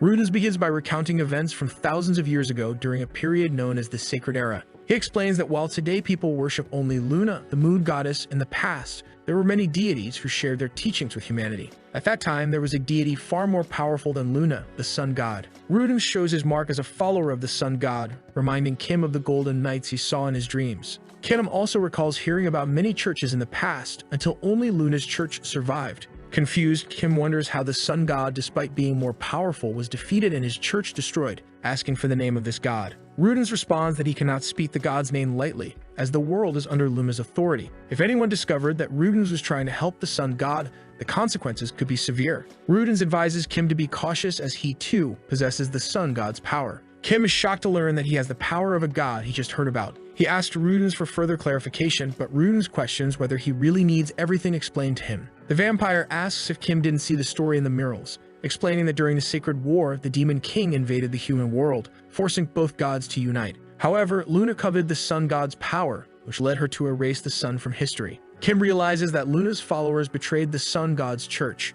Rudens continues, explaining that Luna wiped out all traces of the sun god's church to erase any record of him, turning him into a forgotten deity. Kim asks how Rudens survived all this time, and Rudens reveals that he is not the only survivor who has been hiding from Luna. But even so, Luna's followers allied with the Demon King to curse all the remaining sun followers. This curse turned all the survivors into monsters, unable to live or die. At that moment, Kim recalls the night Adelia, realizing that she too must have been a follower of the sun god, and understands that's how he inherited the sun's power. Rudens notices Kim's realization and says that Sepia also wields the sun god's power. Kim remembers her abilities and now understands that her power comes from the sun, not just from any ordinary magic as he had initially thought. Rudens further explains that Scipia was the reason he came to Libranos in the first place until she was kidnapped, thinking it was all part of the sun god's plan for them all to meet. Our protagonist starts to realize that all the coincidences and encounters he has had were orchestrated by the sun god. Meanwhile, a woman senses that the city is much noisier than usual, with her assistant remarking that it's the first time he's seen Libranos like this. This woman is Scarlet, who orders her assistant to investigate the area thoroughly, noting this information in her report. She asks if he knows where the knight they were looking for was, and the assistant mentions that he was last seen with Vice Captain Sigmund. Scarlet wonders how they know each other, while the assistant remembers that the Night Court has one of the best security forces they can find. But then she understands that he was implying the Night Court has more influence than Luna's local church. With this, Scarlet becomes interested in Sigmund, as her assistant mentions that the Vice Captain has a reputation for valuing honor as a loyal knight. That remark excites her, imagining the possibility of breaking Sigmund's faith and having a new toy for herself. She decides to check out Vice Captain Sigmund, who is heading to help Sepia. Our protagonist says he never imagined getting trapped in the game because of the sun god. But Rudens notices someone arriving and gets quite excited, saying they would have to end their conversation at that moment. He mentions that Sigmund is approaching as they hear voices in the corridors ordering them to search for Sepia. Rudens says that although there are many questions left, he will get answers in time. However, for now, he must head to the Stellan to meet his friend there. With that, the vampire begins using his energy to flee, saying it was nice meeting the protagonist and hoping he faithfully follows the revelations he has received. After saying that the sun will rise again, Rudens disappears from the room. The door is finally unlocked, allowing Sigmund to break it down, searching for the intruder and finding Kim with an unconscious Sepia. He wonders what had happened in the completely destroyed room, while Kim analyzes the information from the mission he completed with Rudens. Some time passes and Kim ends up imprisoned, complaining about not receiving food, and the knight scolds him. Kim realizes the situation has gotten much more complicated, imagining it will be difficult to avoid suspicion about his involvement with demons. At that moment, Sigmund approaches the cell, prompting Kim to ask to be released. The knight gets angry with Kim again until Sigmund asks to leave him alone as he intends to interrogate him. After the knight leaves, Kim asks if he isn't going too far, especially considering everything he has done for the city. But Sigmund apologizes for that, explaining that he had to act that way to avoid drawing attention from the other knights present. At this point, he says there is a more serious problem, and Kim says he has already explained his innocence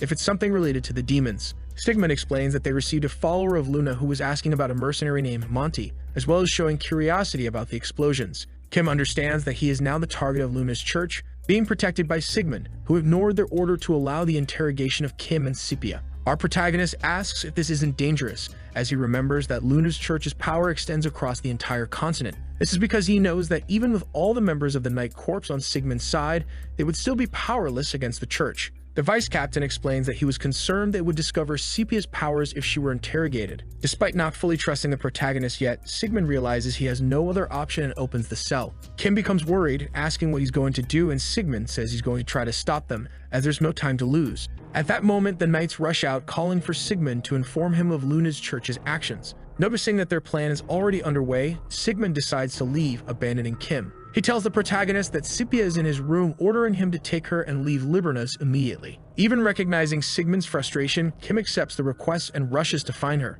Kim wonders if, despite Sigmund doing everything possible to stop the Inquisitors from approaching Sepia, he will manage to do so. At the same time, he recalls that during his time in the game, he believed Luna's church was an ally of the players, but now realizes they are his enemies. Our protagonist begins to shiver just thinking about this situation. Meanwhile, Luna's knights shout that their investigation gives them authority over Libranos. However, the knights argue that the city is under their jurisdiction, and they will not tolerate any act of disrespect. At that moment, Scarlet appears with a malicious smile, overhearing their words. She asks if they would dare stand in the way of the agents of holiness and still talk about forgiveness. Although the knight tries to explain that interrogations without the Lord's permission are forbidden, Scarlet ignores him, delivering a blow that slices his throat. This act angers the knights, who draw their swords to confront her. Scarlet says she is using her authority as an inquisitor to punish the knight, adding that everything could be resolved if they handed over Sepia and Kim. But if they refused, she would execute all of them. The knights grew worried until Sigmund arrived to stop the fight, saying they should not act without his command. He ordered them to remove the body of the knight killed by Scarlet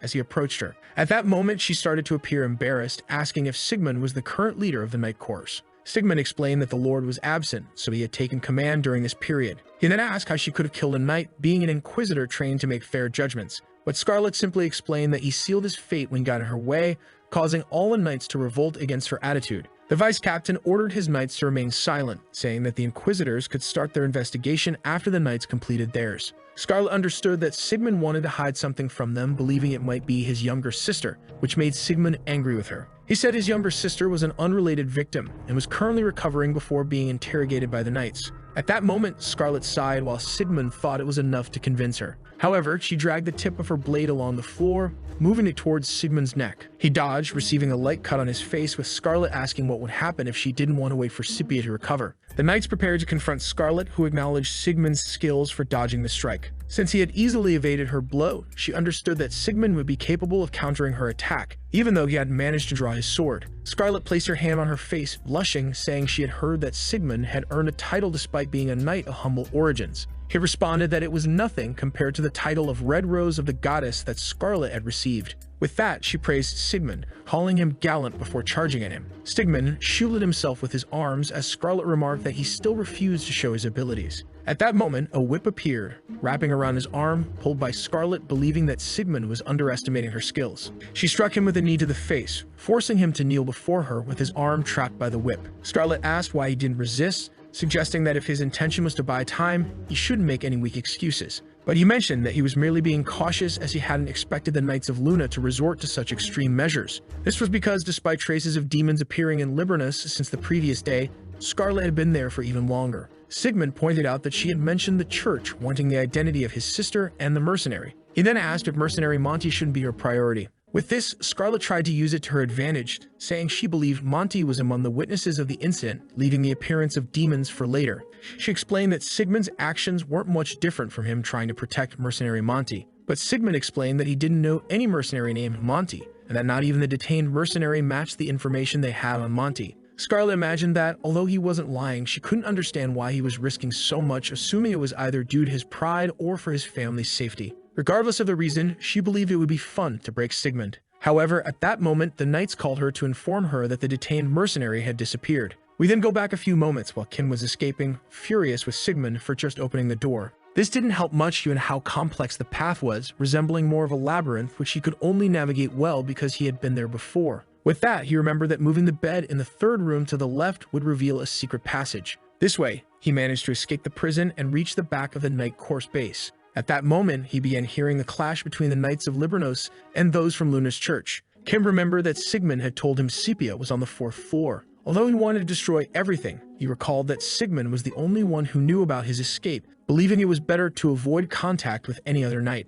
At the same time, he couldn't simply ignore Scipia, making the situation very difficult for him to resolve. He started searching through his inventory, thinking he should have grabbed all the items from Libernus' storage. After seeing so many items, he finally found something that could be really useful. The item was a transformation potion that would allow him to take on the form of the designated target for 10 minutes. At that moment, one of the maids finds the servant named Ted, asking if he had found Sigmund. Ted says he had gone to meet Scipia at Sigmund's request, while Kim, disguised as this servant, ends up learning his name. Since he had only knocked the servant out on the way, he felt a little bad for what he had done. He uses the excuse that he had gotten Scipia's medicine from Sigmund, and the maid tells him which room she was in. At that moment, Ken realizes it was a good idea to have chosen the transformation potion instead of the invisibility potion to avoid having to open all the doors. After knocking on the door, he says he is Ted, bringing a message from Sigmund. When she tries to open the door slightly to ask what happened, Ted grabs her arm, saying they don't have much time, which frightens her. Scipia stares at him, while Kim returns to his normal form, and she recognizes him, wondering how he managed to get there. At that moment, they hear the Inquisitor's shouts, forcing the knights to clear the way, making Scipia anxious about the threat of being labeled heretics. Kim says he can explain on the way, asking if she trusts him, extending his hand to her. She takes the protagonist's hand, but then he throws a potion at her, leaving Scipia in shock. It turns out it was a petrification potion that would keep her in that state for 10 minutes. With that, he opens his inventory to store the petrified Scipia, remembering that in the game, nothing alive could be placed in the inventory. But any petrified item was considered a stone statue, recalling that he had done this before when he petrified a monster before releasing it in a village. Our protagonist discovered this secret while testing the limits of the storage character's abilities. After that, he jumps out the window, hearing the knights enraged because he had disappeared, knowing that this would agitate both groups of knights. Kim decides to leave that for Sigmund to handle while he escapes with Scipia and heads for the city of the dead called Astellum. He remembers that Scipia and Sigmund grew up in the slums fighting to survive. The two were forced to endure the cruelties of many people, such as criminals ignored by the knights.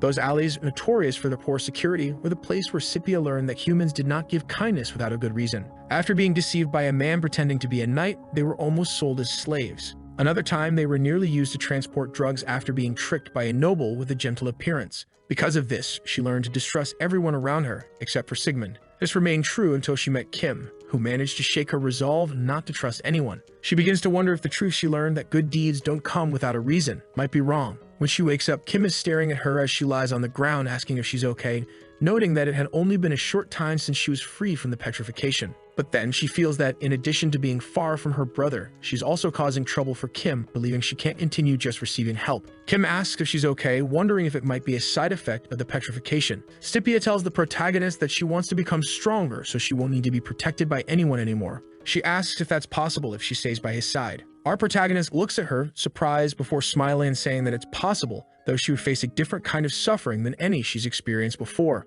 With that, she gets excited, saying she won't cry or give up. This makes him happy, thinking he'll feel much more relieved when she becomes stronger, since he wouldn't be able to stop her despite having promised Sigmund to protect her. To continue, he takes the opportunity to explain their current situation. When Scipia understands their predicament, she grows concerned, thinking that Kim could have left her behind, and thanks him for keeping his promise to Sigmund. She says she didn't get a chance to say goodbye to her brother, while Kim assures her they'll meet again, though he himself isn't sure of that. After that, Kim starts rummaging through his belongings, looking for a weapon to help Scipia defend herself. He finds a bow called the Crystal Recurve Bow, which has no level restrictions. Scipia becomes curious about the bow, and Kim explains that it's a weapon that can be used even with low physical stats. Our protagonist acknowledges that he was planning a way to help Scipia train, believing that the bow is the best weapon to improve both her physical strength and agility. Although he had heard from Rudin that she belongs to the mage class, Kim still believes that Scipia needs to improve her accuracy to use her spells effectively. As Kim watches Scipia, he contemplates the possibilities for her growth, wondering if he should focus on improving her basic skills.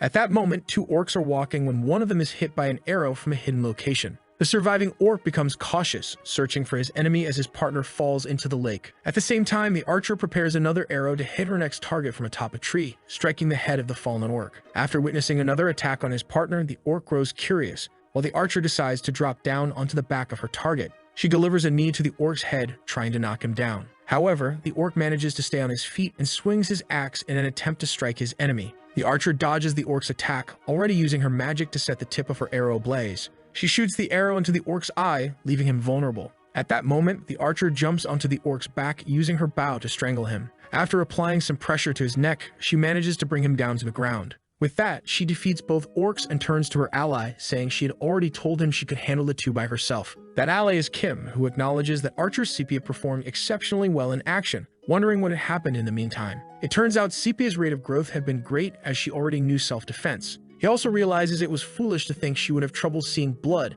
noticing how quickly she learned things, which excites him about teaching her more and more. It had only been half a month, and Scipia had grown significantly since they left Libranos. Scipia says she will check if there are any more orcs remaining, and Kim simply agrees with her idea. Our protagonist is impressed by her evolution, as Scipia had only developed her physical skills. He also recalls that she hasn't used her sun power again, which could make her much more powerful. The problem with that power is that she can only use it when in danger, activating it as a form of self-defense. As a side effect, she always faints afterward. At that point, Kim opens Scipia's status window and notices that she had gone from level 15 to 30, though her class remains unknown. He wonders how he could remove the question marks, believing it might be through a special mission. But at that moment, he trips over some items left by the orcs and decides to take a look at what they were carrying. Kim recalls that solitary orcs don't cultivate anything, so the pickaxe he tripped over indicates that they lived in groups. With that, he suspects that there might be an orc cave nearby. Scipia notices that he is concerned about something while Kim continues examining the orcs' items. He tells Scipia that they will need to stop at a place on their way to Astellum. Their goal would be to find a witch, which leaves Scipia confused. It turns out that in this game world, witches are ambiguous beings, somewhere between monsters and NPCs, treated as cultists who give players missions. Amidst this, Kim's objective is to find the Shadow Witch, who lives in an orc cave around level 150. But the problem is that this witch is the apprentice of the Balanced Witch, who is considered the strongest witch in the world. Our protagonist believes that this witch might have information about Scipia's powers. As they begin walking, Scipia asks if his goal is to have the witch check her status, and he confirms it. Scipia asks if they can trust a witch, and Kim explains that, despite their bad reputation, witches still possess a lot of knowledge. Moreover, since witches are weak to fire, they wouldn't need to worry if they had to fight. Kim also mentions that he has a plan to avoid any confrontation with the witch, trying to reassure Scipia as they arrive at Hafter Canyon. In the middle of this canyon, they find a cave where a witch was resting in her laboratory. At that moment, a crow appears to wake her, and she pushes her pet away, complaining. After waking up, she adjusts her hat, wondering what was going on. The crow's eyes glow as it informs her about the approaching intruders. This excites the witch, saying they were arriving just in time for the harvest, calling her team potatoes. At that moment, some orcs approach her, asking if they were summoned. The witch informs them about the intruders, ordering them to get rid of them and take everything they have. As soon as the orcs leave, she settles down on her couch, hoping they at least have a lot of money. She starts thinking about how long it's been since she last ate anything, imagining that once she has money, she could buy a chicken to eat 1 egg a day. As the crows watch the two, Scipia finds the cave where the witch was hiding, informing Kim that she didn't see any orcs around. But Kim observes the sky filled with crows, suspecting that the witch already knows they are nearby. At that moment, the orcs appear and Kim warns Scipia that they need to deal with them before they can meet the witch. Scipia gets excited, saying she can easily handle a few orcs as she pulls out her bow ready for battle. However, Kim stops her, telling her to wait, which confuses Scipia, as she asks if they aren't going to fight. He explains that they need to read the map first, as this could greatly increase their chances of winning. Our protagonist recognizes that he needs to be at level 90 to pass through the canyon, realizing he must use a different tactic since he's teaming up with Scipia. When Kim finds a guard post, he tells Scipia to go there and take care of the defense. His plan is for Scipia to face up to 3 orcs at a time, and if she feels like she's about to be surrounded, she should flee. Scipia feels a bit disappointed, saying that while she doesn't want to run, she'll be careful. This makes Kim happy because he knows that arrogance can be dangerous in tough situations and is relieved to see that she's not letting overconfidence get to her head. Kim explains that while she takes care of the guard post, he will handle the rest. She prepares for the fight, and when the orc at the guard post gets distracted, Kim gives the signal and Scipia fires an arrow to kill the first orc. The two charge at their enemies, who realize they are being attacked and advance against the invaders. When an orc tries to hit Scipia, Kim defends her with a sword strike. Scipia uses her arrows to take out the other orcs and finishes off the remaining enemies. Kim hands her a water flask, praising her for the excellent work. He watches Scipia, thinking she's gotten much stronger, as she didn't get hurt in the fight. When he opens Scipia's status window, he notices she's reached level 49, already realizing that he'll need to find gear for her when she reaches level 50. He feels a bit discouraged, thinking he could choose better equipment for Scipia if only he knew her class. Although her bow is strong, she still can't kill an orc with a single arrow. Scipia looks at Kim, saying she's wondering where the witch is, reminding him of their mission. She then questions if the witch would still be interested in talking to them after they killed her group of orcs. Our protagonist already suspects that she likely won't want to talk to them, which leads Scipia to wonder if they won't be able to speak with her at all. Kim smiles at her and says he has a plan. When they enter the cave, Kim reminds her that they won't need to fight, while Scipia thinks it's better to be prepared for anything. At that moment, Kim stares at her, wondering who raised her to be so tough. As they go deeper into the cave, Scipia is surprised not to find more orcs, wondering if the ones at the entrance were all of them. But Kim warns her that there's still one more orc, the orc shaman, whom they won't kill because he's the experiment the Shadow Witch is focused on. He understands that although they kill the worker orcs, they'll still be able to speak with the witch as long as they don't kill her orc shaman. Scipia wonders how they'll manage that, and Kim mentions that the plan is to go straight to the witch's lab without encountering the shaman. After following the cave a bit further, they find a shortcut that leads directly to the witch's laboratory. Our protagonist recalls that when this shortcut was discovered,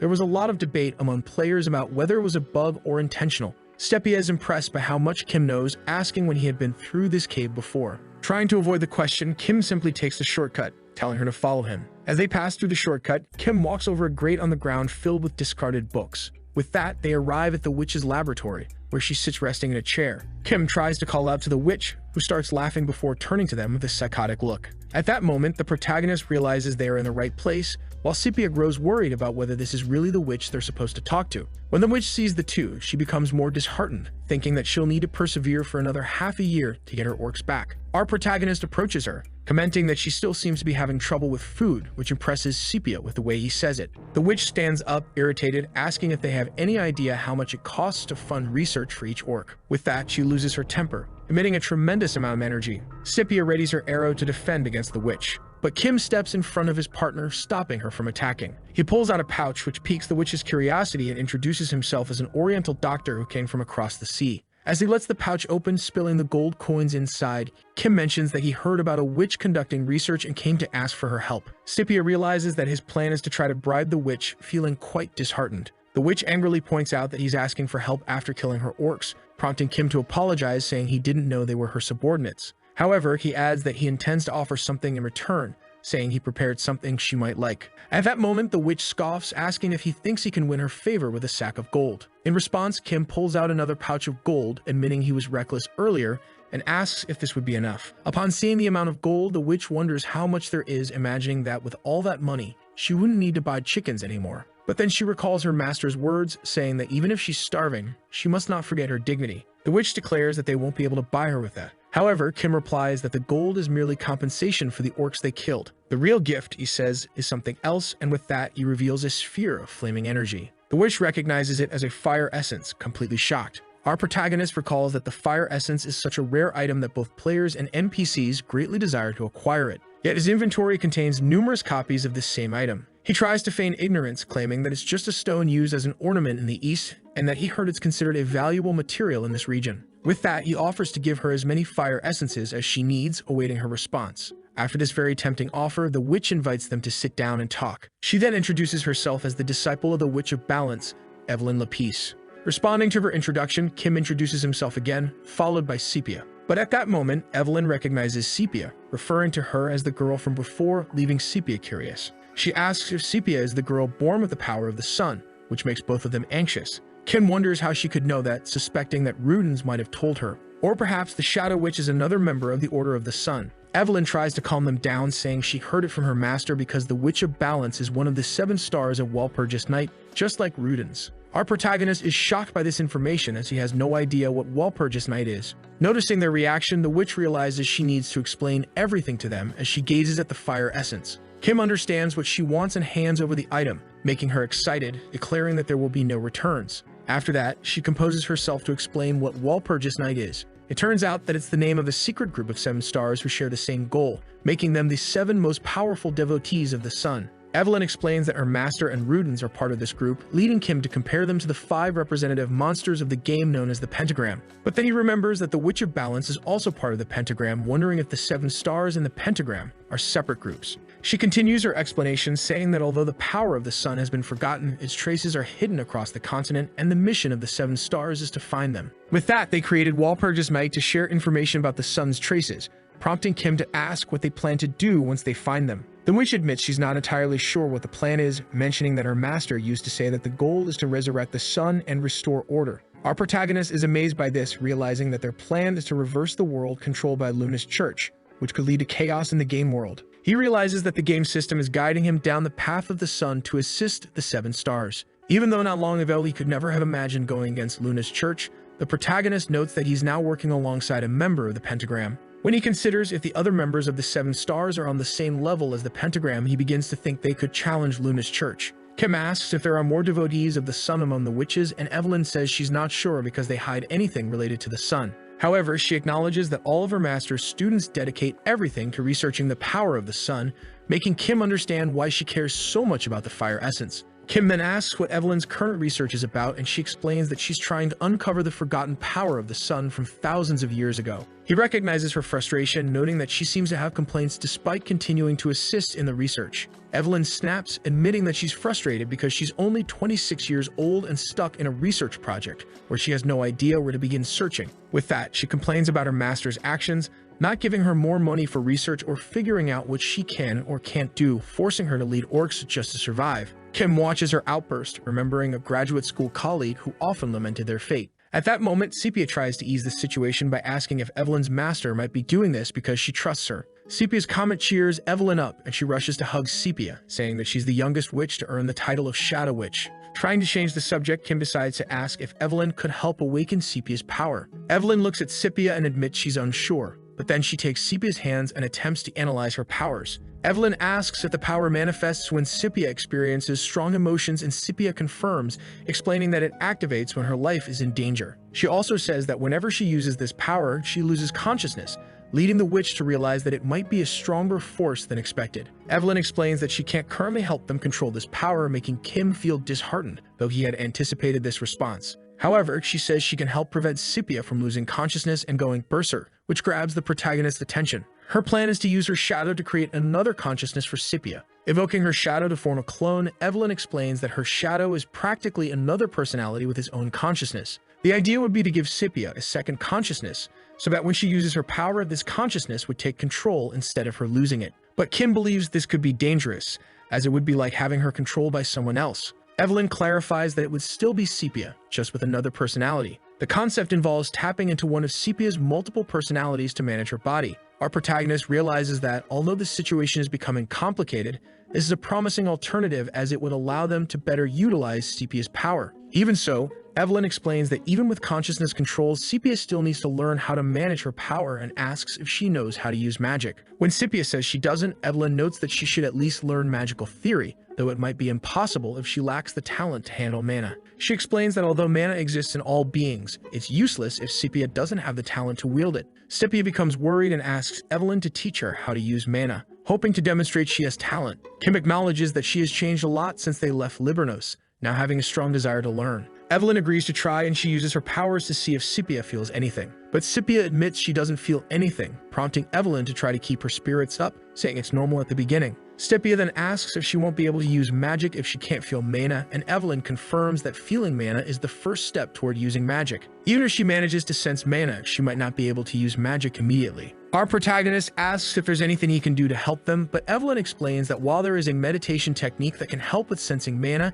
it would take several months. Kim mentions that they can't stay that long, telling Sepia that they'll need to leave soon. At that moment, Sepia suddenly manages to concentrate her mana, summoning a massive flame around her. Both of them are stunned by Sepia's power, wondering how she managed to do it. Evelyn panics, wondering what they should do to control this power. In that moment, she notices her research materials catching fire, frantically yelling for them to put out the flames. Sepia asks how she could do that, while Evelyn only manages to lament over her ruined papers. Finally, she pulls out her staff and uses her spell Aquatic Cage to extinguish the fire. The problem is, in doing so, she ends up dousing Sepia as well to ensure all the flames are put out. After resolving the situation, Evelyn wonders aloud how Sepia could be using magic without even being able to detect mana. Kim questions whether it was truly magic, and Evelyn confirms that it is indeed magic, even though Sepia can't sense mana.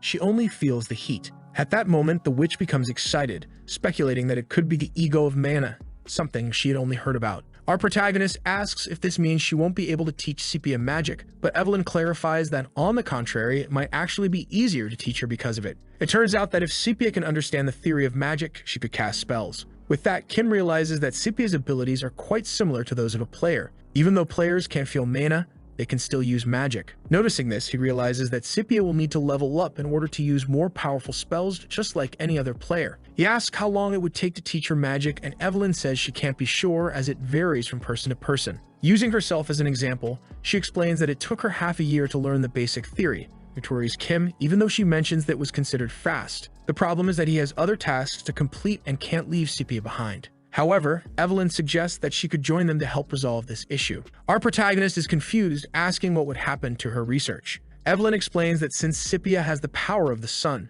she should follow her to continue her research. Realizing this is a valid argument and noting that Evelyn is a trusted disciple of the Witch of Balance, Kim begins to think it might be a good idea. Evelyn assures him that she won't get in their way and could even be useful while observing and documenting things about Sepia. Kim then asks Sepia's opinion, and Sepia eagerly requests that Evelyn be her mentor and look after her. Sepia's request makes Evelyn blush, and she agrees, saying there's much to learn from the witch from this point forward. At that moment, Evelyn promises to do her best to teach Sepia, and Kim imagines that Evelyn is quite happy just to be called Master. Meanwhile, in the meeting room of the Seven Stars, one of the members becomes angry with Rudens, asking why he didn't speak up about what happened in their last meeting. Another member comments that Rudens has always been like this, further irritating the furious member, who says they can't just let it slide with that excuse. He demands to know where Rudens left the kids with the power of the sun, and Rudens replies that he sent them to Estellum. This answer enrages the angry member even more, as he accuses Rudens of sending them to die after waiting over 1,000 years for them to appear. The second member tells the angry one, Crassus, to calm down, reminding him that another member, Palsetto, has gone missing. Crassus raises his energy, summoning a bow and pointing it at Rudens, accusing him of sending the two to die despite them being a key to finding the power of the sun. However, the other member intervenes, telling Crassus not to attack Rudens as fights between the stars are forbidden. Crassus declares that his interpretation of the sun's meaning differs from Rudens, and warns that he will go to Estellum. The two remaining members simply ignore his actions. Meanwhile, in Petunia, the protagonist's group continues their journey. Evelyn becomes excited at the sight of snow, prompting Kim to ask if it's her first time seeing it. She explains that witches rarely travel, as they could be burned at the stake if they're not careful. Evelyn further explains that only her master is capable of traveling safely, which reminds Kim that they wouldn't be able to escape the Inquisition easily. Sepia asks Kim if he isn't feeling cold, to which he responds that he's not feeling it much. After walking a bit more, they find a cave to shelter from the cold, and Kim plans to set up camp there. Excitedly, Sepia offers to make the campfire. She quickly gathers the materials and sets up the fire with impressive ease, which leaves Evelyn astonished. Our protagonist reflects on how much Sepia has grown during the 2 weeks they've been traveling with Evelyn, recognizing that despite everything, the witch truly is a genius.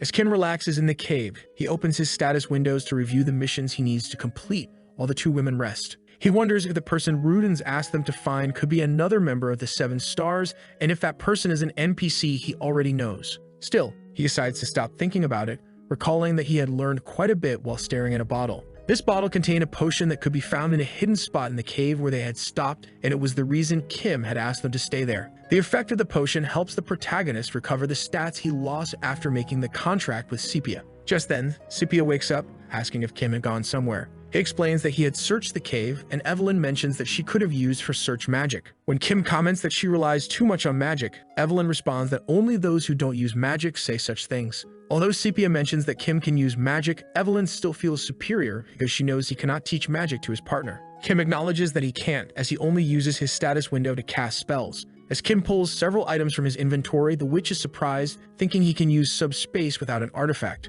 Our protagonist mentions that it's the magic of 1s and 0s, which leaves Evelyn in shock. He gathers several arrows to give to Sepia, mentioning that they will soon arrive in Estellum, and asks her what she thinks they might need. Sepia isn't entirely sure, and Kim explains that they will need high-purity silver. Estellum is a city with a theme tied to Lumania, meaning there will be vampires there. Kim asks if the vampires are sun worshippers like Rudens, and Evelyn explains that there are various vampire factions, unlike witches. Because of this, the vampires who aren't Ruden's subordinates might be hostile toward them. But Kim points out that witches can also be hostile, which makes Evelyn grumble, saying witches don't usually harm humans. This makes Kim realize that she's warning them that the vampires may not be their allies. Evelyn asks why they need to spend silver to make weapons, and Kim asks if she doesn't know about the vampire's weakness. He explains that vampires die if struck by silver, which makes the witch nervous, hinting that witches might share a similar vulnerability. When they arrive in the city, Kim is puzzled to find a tomb right at the entrance. He asks Evelyn to use magic to disguise their appearance, since they are being hunted by Luna's church, and drawing attention could be dangerous. The witch excitedly uses her magic to transform them into siblings. However, Kim points out that they could still be recognized and suggests that they keep their hoods up. He mentions that their priority should be finding a place to stay before deciding what to do next. Evelyn becomes curious about northern food and immediately indulges until she's full. Afterwards, Sepia asks what they should do now, and Kim explains that they need to create new identities to avoid the church's persecution. He also suggests they change their names, and he imagines Evelyn won't be able to admit to others that she's a witch. Kim shows them his mercenary emblem, explaining that they could work to gather information. This idea excites Evelyn, while Sepia wonders if they should accept the requests. Kim explains that by taking on these jobs, they'll naturally blend in with the people of Estellum, while he plans to reach level 150 through these missions. However, 2 soldiers arrive at the location, making Kim uneasy. The soldiers begin discussing the Inquisitor's mission in Libranos and question the whereabouts of Sigmund. They mention that even Sigmund was taken by the Inquisitors, which causes Sepia to panic. Kim can only watch Sepia as they overhear the soldiers saying that anyone involved has become a wanted person. As the conversation continues, Kim stands up, telling Sepia that they need to leave the place. Once they leave the restaurant, Kim starts to worry, hoping Sigmund was able to handle the Inquisitors. Evelyn understands that they have been exposed to danger because of Rudens. Our protagonist wonders what Rudens was thinking, doing this after saying they were on the same side, trying to suppress his anger over having caused Luna's church to take action. The witch tries to calm the situation, saying there must be a reason for this, and Kim wonders if that reason is to make the game more challenging, as it had been too easy so far. Evelyn doesn't fully understand what he means, watching as Kim walks away. Upon arriving at the Estellum Mercenary Guild, Kim asks for the registration. The guild clerk asks them to place their hands on a crystal ball, which will assess their class, and also asks for the protagonist's name. At that moment, Kim invents a new name, introducing himself as Leo. Sepia is registered as a Class D and Evelyn as a Class C, which irritates the witch greatly. Afterward, the clerk shows them the notice board where they can pick up missions. They gather in front of the requests, and both Sepia and Evelyn are impressed by the variety of options. While Evelyn expects to take on a hunting request, Kim insists they take all the collection requests.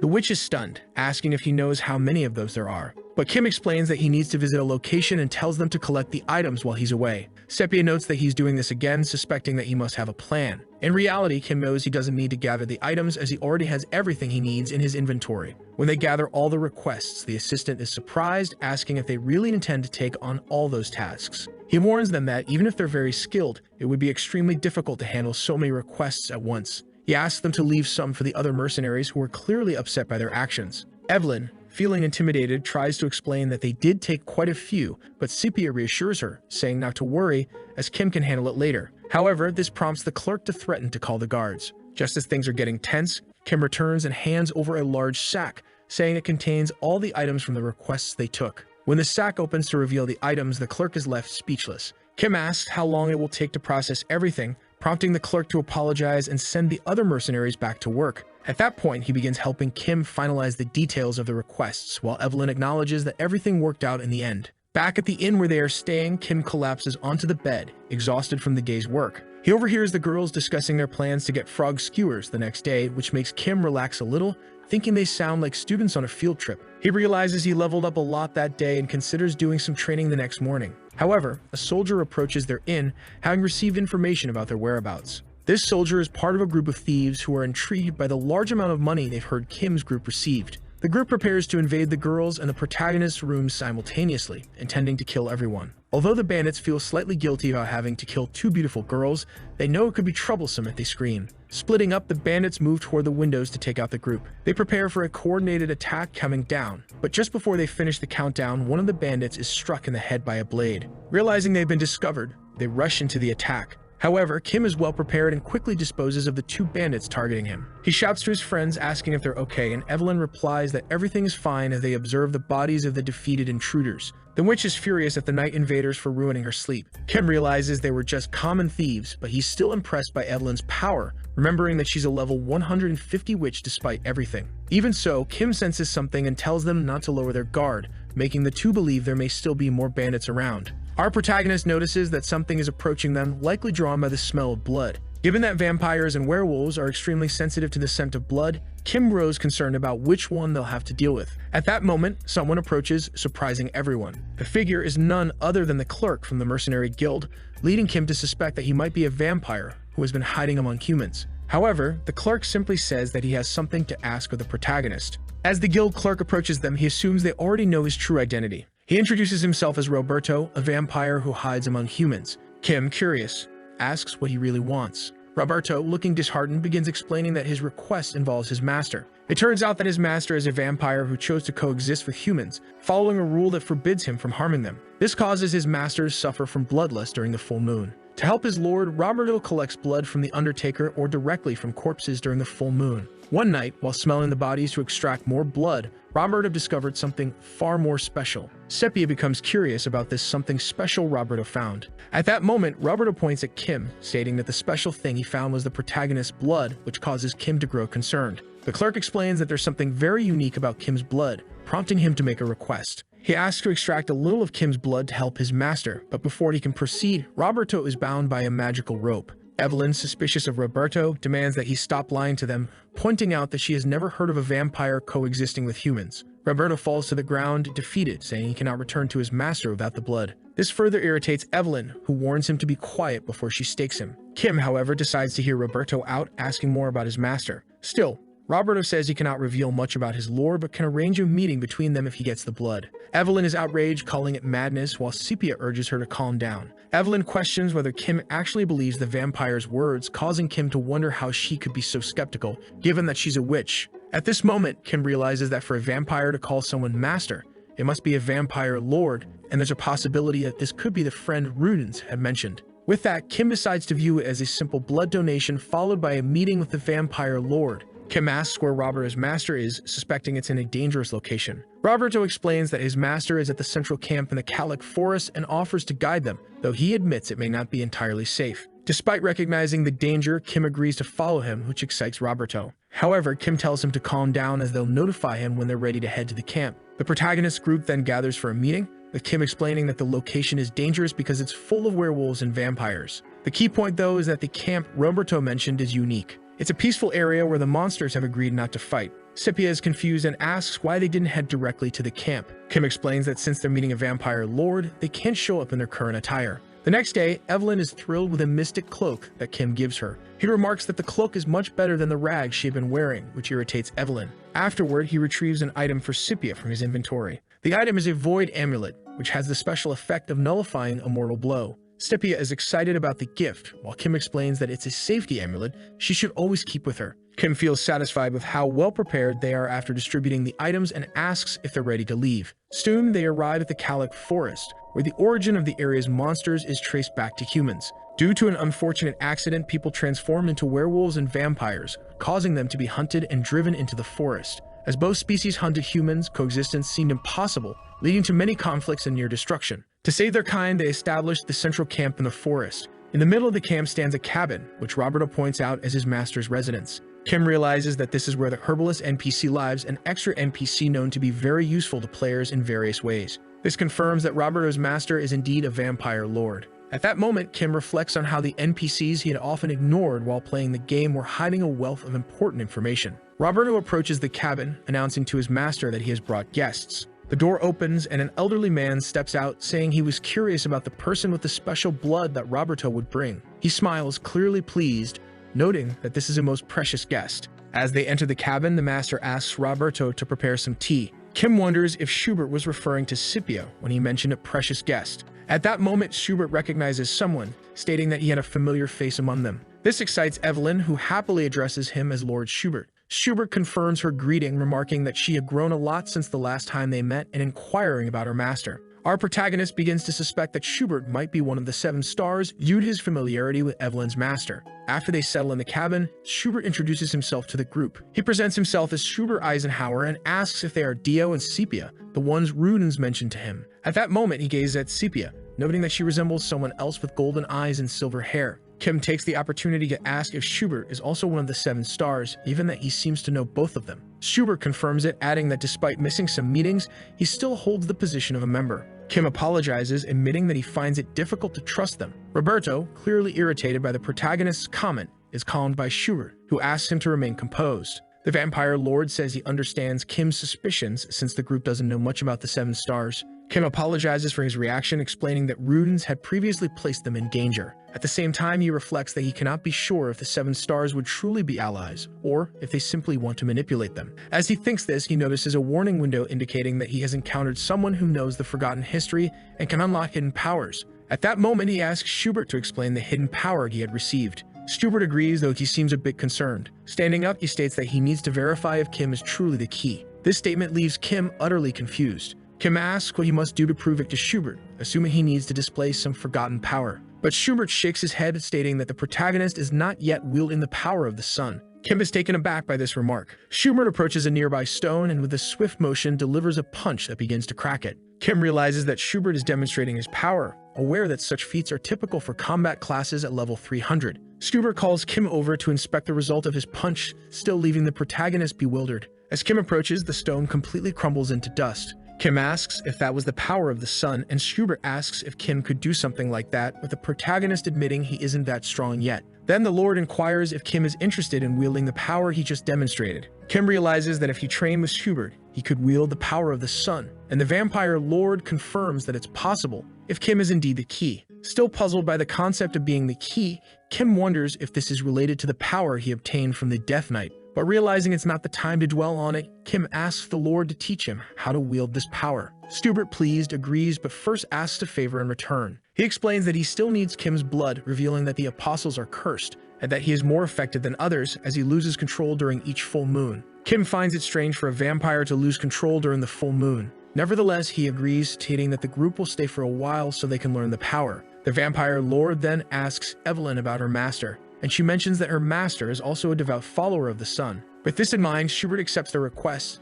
noting that the theory behind his training might prove useful someday. He informs them that the training will begin the next day. The morning arrives and the group is served a large portion of vegetables, which frustrates Evelyn. Roberto criticizes her, saying she doesn't have to eat if she's going to complain. Evelyn protests that she's still weak because they took too much blood from them the day before. But when Schubert appears, asking if the food isn't to her taste, Evelyn is startled. Flustered, she quickly responds that everything is fine, and Kim notices that she knows how to behave in society after all. At the same time, Kim realizes that Schubert is a vegetarian vampire, wondering if that's the reason for his loss of control during the full moon. After breakfast, they gather to begin the training. The vampire lord mentions that he needs to assess the protagonist's specialty before they start the training. Kim draws his sword, accepting Schubert's request, and prepares to demonstrate his power. At that moment, he strikes a tree trunk, displaying his strength while everyone watches. Feeling that it's still not enough, Kim readies himself for a second attack on the chopped pieces. After marking the pieces, he uses his magic to blow them up. Schubert seems impressed, and Evelyn comments that she didn't know Kim could do that. Kim humbly responds that this is all he knows how to do, and Schubert tells him that's enough for now. The vampire lord remarks that Kim's fighting style is nostalgic and asks if it's the style of Adelia Dark. Kim confirms, but asks who Adelia is. Schubert explains that Adelia was a powerful and elegant knight, the sword and shield of the sun, leading from the front lines of her army. However, Kim mentions that she too was cursed like the Seven Stars, becoming a death knight. With this, Schubert understands what happened and acknowledges that this is why they couldn't find her. Schubert explains that he is a martial artist who practices a fist-based combat style, making it difficult for him to teach sword techniques. Still, he knows he can at least help Kim unlock the power of the sun within him, believing Kim's familiarity with Adelia's skills will be an advantage. He adds that while the amount of mana used depends on talent, this doesn't apply to the power of the sun. Kim can access great strength even without magical talent. Evelyn, curious, asks why Kim can wield such power, and Schubert explains that the sun's power exists wherever there is light. The vampire lord explains that the power of the sun doesn't rely solely on the user's energy, but can also absorb external light to be utilized. Once the user absorbs enough of the sun's power, it can be unleashed. To demonstrate, Schubert gathers energy and fires a powerful light beam, showing how the energy can be used. Kim realizes that his own marks don't come close to this level of power. The protagonist comments that Schubert acts as if this ability is no big deal, to which the Lord replies that he will help Kim understand it better. Kim begins to grasp that despite the complicated path ahead, he needs to learn the power of the sun. 3 days pass since the training began, with Kim sitting in meditation in the forest. The problem is that despite following his master's instructions, he doesn't understand why he's doing it. Schubert had explained that Kim should meditate under the sunlight to help him feel the sun's power. Kim realizes there's little he can do except follow through with it. While deep in thought, he hears someone shouting nearby, calling for Sepia. His partner approaches, accompanied by Evelyn, both utterly exhausted. Evelyn remarks that Sepia has a lot of physical stamina, and Sepia confirms, mentioning that Kim had asked her to do endurance training. The two had just returned from a monster hunt, and Kim asks how many they managed to take down. Sepia shows him 2 items, saying they only hunted 2 monsters. At this, Evelyn throws a small tantrum, complaining that they nearly died because she wasn't able to use her shadow magic. To lift her spirits, Sepia tells her they managed to win thanks to Evelyn's help, making the witch feel a bit proud. Kim notes that the girls were also given restrictions in their training. Their guidance had been to focus on fire or light spells during combat, since the sun's power is always with them, even when hidden by the trees. The issue is that, with monsters in the region being at level 140, it posed a threat even to Evelyn, who was at level 150 due to her magic restrictions. Nonetheless, Kim trusts that Schubert would protect them if necessary. Sepia asks if Kim has made any progress in his training. Schubert's explanation had been that Kim's mark was a manifestation of the sun's power, and that understanding the principle behind it would lead to unlocking the sun's true power. Kim realizes that the mark's principle involves absorbing and releasing light. However, he believes Schubert's goal is to have him activate the mark without relying on the game's system. As he gazes at his system window, Kim notices that he has completed one of the conditions for evolution, while another remains hidden. Kim recognizes that he hasn't felt any major changes after training overnight, but he hopes to discover something once he completes the other condition. During dinner, Evelyn stuffs herself with food, irritating Roberto. Kim observes the two bickering as usual, while Schubert comments that they're both full of energy. Still, the vampire lord reminds them that they need to work together as followers of the sun. Kim, curious, asks why Schubert works as an herbalist. He mentions that the other stars lead factions, pointing out Rudens commanding the Golden Dawn and the Witch of Balance leading the witches. Schubert explains that having a faction is indeed useful for bringing back the sun, mentioning that he too once had many comrades. When Kim considers asking what happened, Schubert explains that it's due to his curse. Kim understands that Schubert's lack of control must be quite severe. While he's familiar with cases of vampires and werewolves losing control, he hadn't expected someone as powerful as Schubert to experience something similar. The Lord explains that before he was cursed, he was a monk practicing asceticism to empty his mind and ignore his desires. He shares that the creed he learned back then was to avoid harming others. Because of this, even after being cursed, Schubert chose not to hurt others, opting to live in a remote place. At this point, Kim realizes that the curse prevents Schubert from leading a group. The protagonist asks to hear more about Schubert's past, but the Lord says he'll reveal everything once Kim has learned to control the power of the sun. The difficulty, however, is that it's hard to feel a force one has never experienced before. Schubert remarks that Kim tends to overthink things, leaving him worried. It turns out that Kim knows so much that it complicates his thoughts. Schubert then uses Sepia as an example, which surprises her. He mentions that she learns faster because she is like a blank slate, knowing little and this makes her wonder if that's a compliment. Just then, Sepia shares that she felt a warm energy the previous day. Kim notes that he's been aware of Sepia's incredible talent for some time and she has always impressed him. The Lord then asks Kim if he understood why he was asked to meditate in the forest. When Kim responds that it's because he lacks the talent to feel energy, Schubert tells him he's wrong, reminding him that he just said Kim thinks too much. Kim realizes that the Lord is trying to say that he has too many trivial thoughts. Ever since Kim got trapped in this world, he's never been able to clear his mind, and now he figures he needs to try to let go of those thoughts for a moment. Meanwhile, in a nearby town, a soldier demands drinks. The soldier is Galetto Houndgestus, an inquisitor who appreciates how well the northern cities know how to brew alcohol. He muses that this is the one good part about being sent north, while the other soldiers grow annoyed at the racket he's making. At the same time, two men discuss the disappearance of two people, assuming they had chosen the wrong side. One man's friend asks what the group of mercenaries who took all the marked missions could do against those two. Hearing this, Galetto becomes interested and asks where the mercenaries they're talking about can be found. Back in the forest, a loud noise echoes through the trees, worrying Sepia. A group of werewolves charges at Kim, who is sitting in meditation. Schubert's words still trouble him as Kim always relied on the game's system when using abilities. As a werewolf lunges at him, Kim lands a direct strike, cutting the creature's arm. Kim notices that his mark didn't activate and the werewolf turns on him, forcing Kim to dodge. Regaining his stance, Kim realizes he should recall the power of the sun that Schubert demonstrated. But in doing so, he neglects the second werewolf, narrowly avoiding a strike from behind. The werewolf swings its other arm to attack, making Kim worried. He knows he could resolve this easily if he used his abilities. Our protagonist fends off the werewolf with his sword, positioning himself between the two enemies. Evelyn grows concerned for Kim, asking if they should help, while Sepia watches quietly. She knows she needs to trust Kim. The battle with the werewolves continues, with Kim defending himself using his sword, all the while trying to ignore the game's strategies to find a way to use the sun's power. Kim remembers that the Lord said he should meditate under the sun to feel the power. With that in mind, he rushes past the werewolf, striking a tree behind it. After cutting the tree, he feels the sunlight reaching him, making him feel ready to fight, saying he'll try again. In that moment, Kim's sword begins to glow with a bright light. Our protagonist charges at the werewolf, landing a powerful blow that impresses his companions. However, Kim ends up shocked, dropping his sword on the ground still in front of his enemy. Evelyn panics, asking why he dropped his sword. Sepia thinks about helping him until she notices that Kim is getting into a battle stance with his bare hands while a glowing aura surrounds him. Kim lands a direct punch to the werewolf's stomach, leaving him stunned, and immediately after, Kim points his glowing fingers before snapping them. This move makes the werewolf explode entirely from the waist up.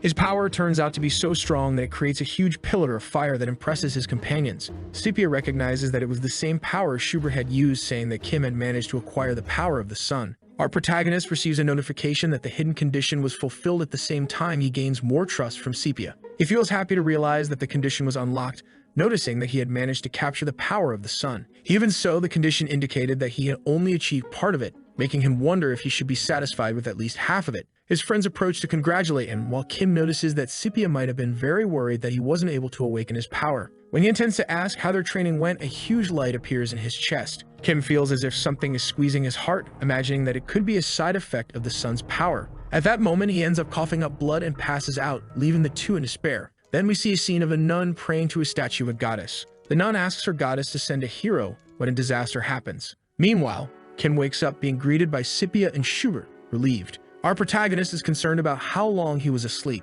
They explain that Kim had been unconscious for half a day, which relieves him a little. Schubert smiles, saying that Kim had managed to understand the power of the sun. But he quickly warns the protagonist that he had overdone it, and it could be dangerous if he doesn't learn to control that power. Kim mentions that he is confident he can increase his familiarity with this power now that he understands it. However, this irritates Schubert, who asks if he plans to run just because he has learned to walk, saying that this power isn't something that can be mastered so easily. This scares Kim, who says that he will keep that warning in mind. Taking advantage of the moment, Kim asks Schubert to tell him about the past, remembering that he had promised to share what happened 1,000 years ago. Schubert warns that, although he can tell, he wants to first explain about him being the key. But as soon as he intends to start telling, his eyes widen and he stares outside his house. Our protagonist becomes worried about Schubert's behavior. The Lord turns around, ordering them not to leave that room while his eyes glow red. When he looks at Roberto and Evelyn, the Lord orders both of them to enter the room as well, making Roberto concerned. But Schubert yells at Roberto to go in quickly, completely out of control. Someone starts knocking on the door, making Kim curious about who could be there at that time of night.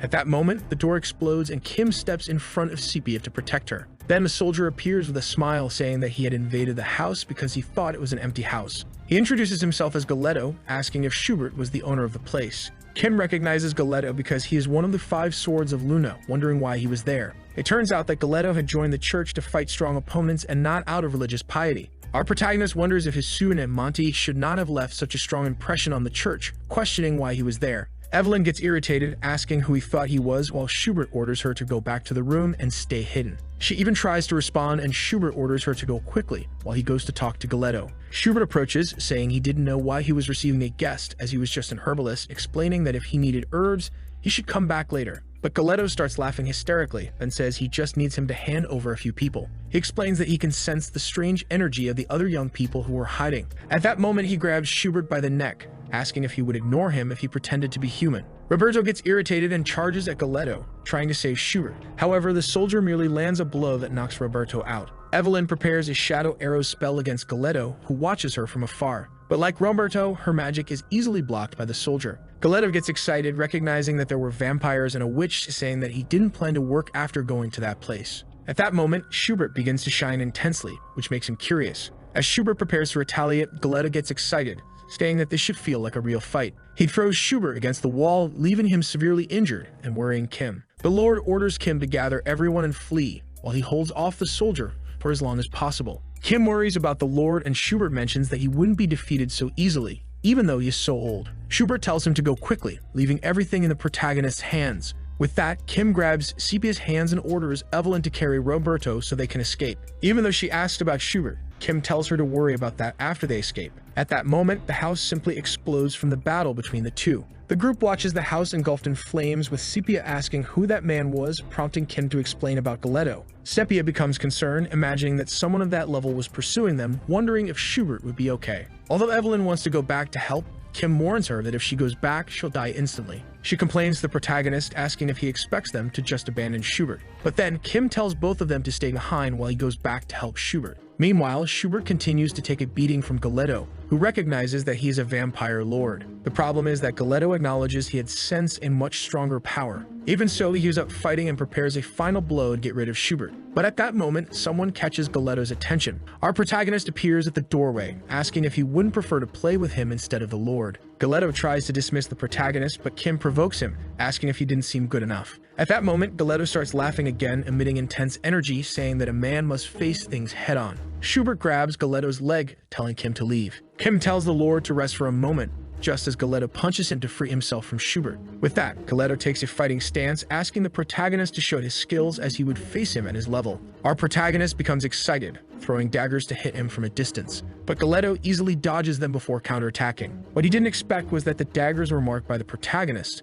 allowing them to explode beside him. Kim realizes that wouldn't be enough to hurt him and charges at Galeto. However, as he approaches, he sees Galeto's fist heading toward his face. Our protagonist manages to dodge at the last second, realizing that Galeto had anticipated his move. Taking advantage of Galeto's attack, Kim lands a strike to his neck, trying to knock him out. The problem is that it's not enough, forcing Kim to use his sword to defend himself from the soldier's blow. Kim pulls out a pouch and pours a liquid over himself, allowing the protagonist to incinerate Galeto entirely with the help of the liquid. Then the protagonist mentions that it was a bag of oil produced by mages, which is much more flammable than regular oil. Despite thinking that this would finish the soldier, Galeto's hand emerges from the flames, grabbing Kim by the neck. Galeto walks out of the fire, saying it was the first time he had experienced such a fight. He punches Kim in the chest, causing significant damage. The soldier tells Kim to keep things interesting for a little longer. Our protagonist recognizes the damage from that blow as he notices an HP alert below 50%. Although he knew there was no way to win that fight, Kim insisted on it because he knew that Galeto never kills players.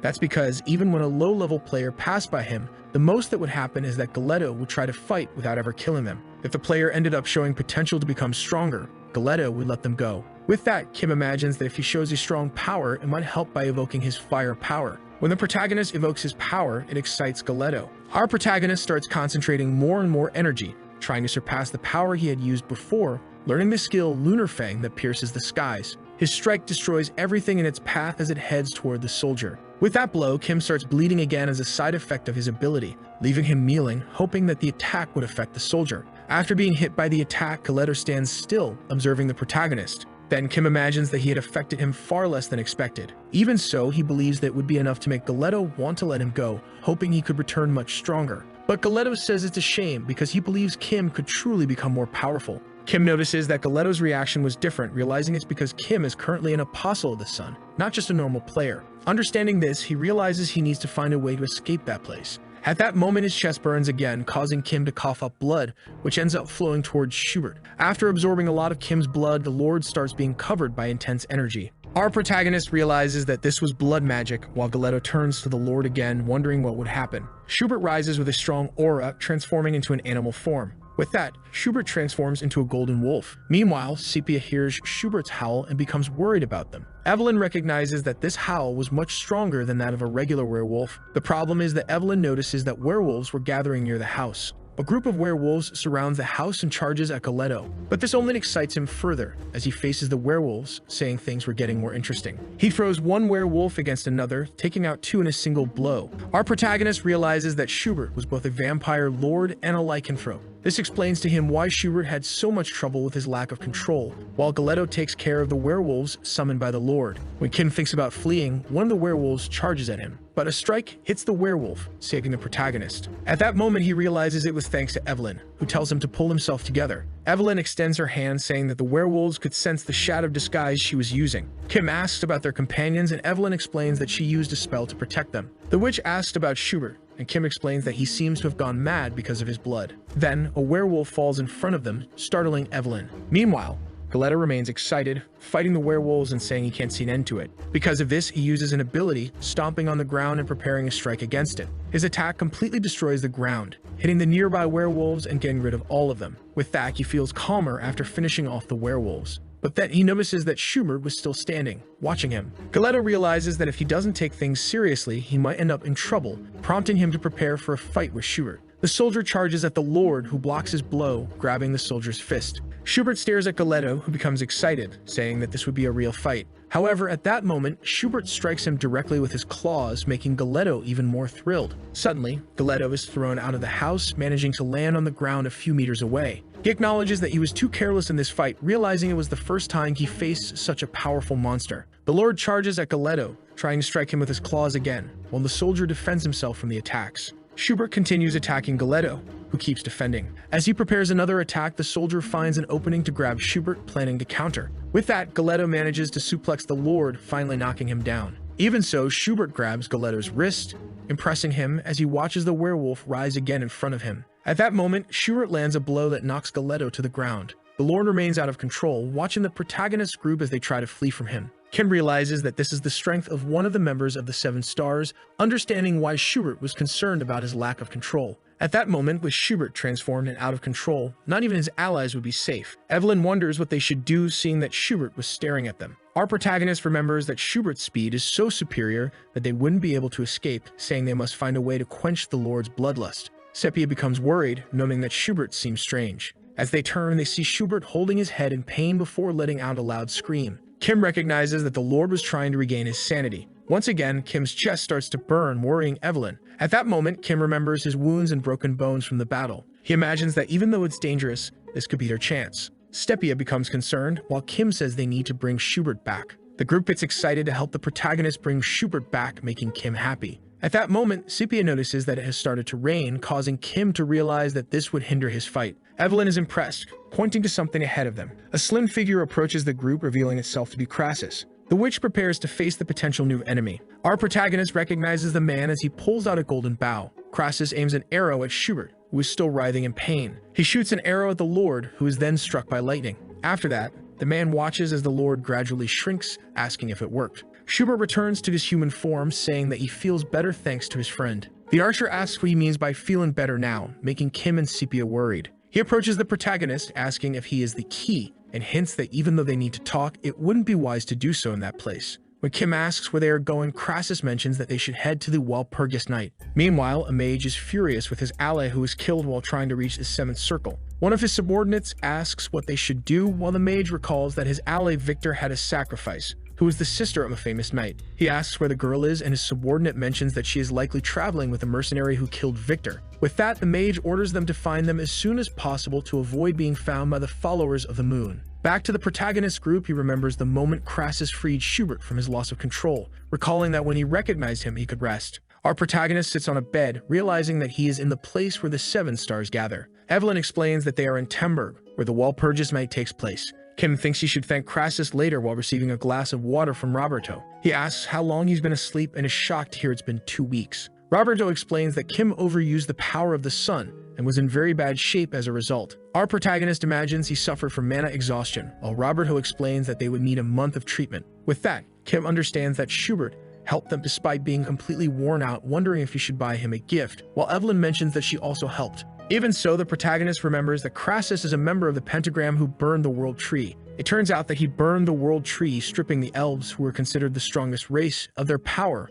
making him the mortal enemy of the elves. This information makes him realize that even though they were saved by him, they still couldn't fully trust Crassus. At that moment, Kim becomes worried about Scipia, who wasn't there. Evelyn explains that she stepped out for a moment due to her treatment, making Kim even more concerned. He checks his information window to ensure that she is at least nearby. With that, he notices that Scipia reached level 150, leaving him impressed. Our protagonist becomes curious as to how she reached level 150 in just 2 weeks. This takes us back 2 weeks, with Evelyn arriving in Temburg with a group. Scipia asks if that's where the Walpurgis Night takes place, and Evelyn confirms, saying that the entire mountain is Temburg. Crassus warns them not to let their guard down yet, as they're not there to have fun while carrying Kim. At that moment, Scipia thanks him for saving them, and Crassus asks if she's the girl Rudens had mentioned. The problem is that Scipia feels guilty for not being useful in that fight, making her ask Crassus to teach her how to become stronger. With that, Crassus asks why he should go out of his way to fulfill her request. Even so, he mentions that she shouldn't blame herself too much because no matter how strong she could become, it would still be pointless.